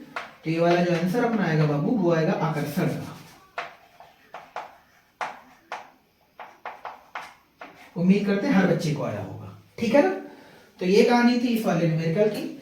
अब आगे जो क्वेश्चन 8 और 9 उनको बता देते हैं क्या क्या पूछा गया। क्वेश्चन नंबर 8 में पूछा गया परावर्ती दूरदर्शी, परावर्ती कह लो या अपवर्ती कह लो, है ना, जिसमें जो इमेज होती है उसको चमकीला प्राप्त करने के लिए हम इसका यूज करते हैं, जिसमें दर्पण यूज किया जाता है 45 डिग्री पर, है ना, आपने ऐसा कुछ जरूर पढ़ा होगा प्रकाशिक यंत्र वाले चैप्टर में। खगोलीय दूरदर्शी और संयुक्त सूक्ष्मदर्शी और अपवर्ती या परावर्ती सूक्ष्मदर्शी, ठीक। इसका जो अथवा कह रहा है, प्रकाश पुंज के मार्ग में दो क्रॉसिक पोलरॉइड ए व बी रखे गए हैं, क्रॉसिक है 90 डिग्री पर, इनके बीच में एक पोलरॉइड इस प्रकार रखा जाता है कि इसकी ध्रुवण अक्ष पहले पोलरॉइड की ध्रुवण अक्ष से थीटा कोण बनाती है। यदि पोलरॉइड ए की निर्गत तीव्रता I0 हो तो पोलरॉइड बी से निर्गत प्रकाश की तीव्रता क्या होगी। तो एक न्यूमेरिकल टाइप है ये, हालांकि डेरिवेशन है, तो इसके लिए फार्मूला क्या था वो आपको यहाँ पे लिख देते हैं। इसके लिए जो आंसर आता है वो आता है I बराबर I0/4 2 sin square 2 theta, sin square 2 theta, ठीक है। तो ये आपको आंसर मिलेगा, इसको आप प्रूफ कर देंगे बुक से या आपने जो पढ़ा हो अपनी कोचिंग स्कूल में वहां से, ठीक है। अब दूसरा सुन लीजिए, क्वेश्चन नंबर 9, नाभिकीय रिएक्टर के प्रमुख भाग और इसके अनुप्रयोग बताने, यानी पूरा नाभिकीय रिएक्टर के बारे में पढ़ना है, जिसमें वही तरंगों वगैरह का उत्पादन किया जाता है, एनर्जी का निर्माण किया जाता है, प्लूटोनियम का निर्माण किया जाता है, ये सारी चीजें उसमें पढ़ाई जाती हैं। अगला एक गेट दे रखा है एबीसी, एक एंड गेट दे रखा है और उसी का नॉट गेट दे रखा है, यानी एंड और नॉट का एक मिश्रण दे रखा है, आप देख पा रहे होंगे शायद यहाँ पर छोटा सा। और इसका कह रहा है उपरोक्त की सत्यता सारणी बता दीजिए। बताने में ऐसा कुछ कठिन नहीं है, पर हम चाहते हैं कि लॉजिक गेट और सर्वात्रिक गेट जो है उनको एक बार क्लास में दे दिया जाए सभी बच्चों को, तो कम से कम 3 या 2 नंबर जो भी इस गेट से पूछा जाता है, ये तो 5 नंबर में पूछ दिया गया है, यहाँ पर जो गेट पूछा गया वो 5 नंबर में है, पर 3 नंबर तो कंफर्म आता है, इसलिए हम एक अलग से वीडियो बनाएंगे 1-1.25 घंटे का, और उसमें हम कंप्लीट 3 नंबर आपके पक्के करवा देंगे, ठीक है। तो इसी के साथ ही क्लास खत्म होती है, और क्लास पूरी देखिए जरूर, है ना, और अपने दोस्तों को शेयर करना तो बिल्कुल भी ना भूलें, और वीडियो पसंद आए तो लाइक कमेंट जरूर करें, दोस्तों को भी शेयर करें, और साथ में जो भी आपको डाउट्स हैं वो भी आप कमेंट बॉक्स में पिन कर सकते हैं, ठीक है ना। थैंक्स फॉर वॉचिंग, जय हिंद।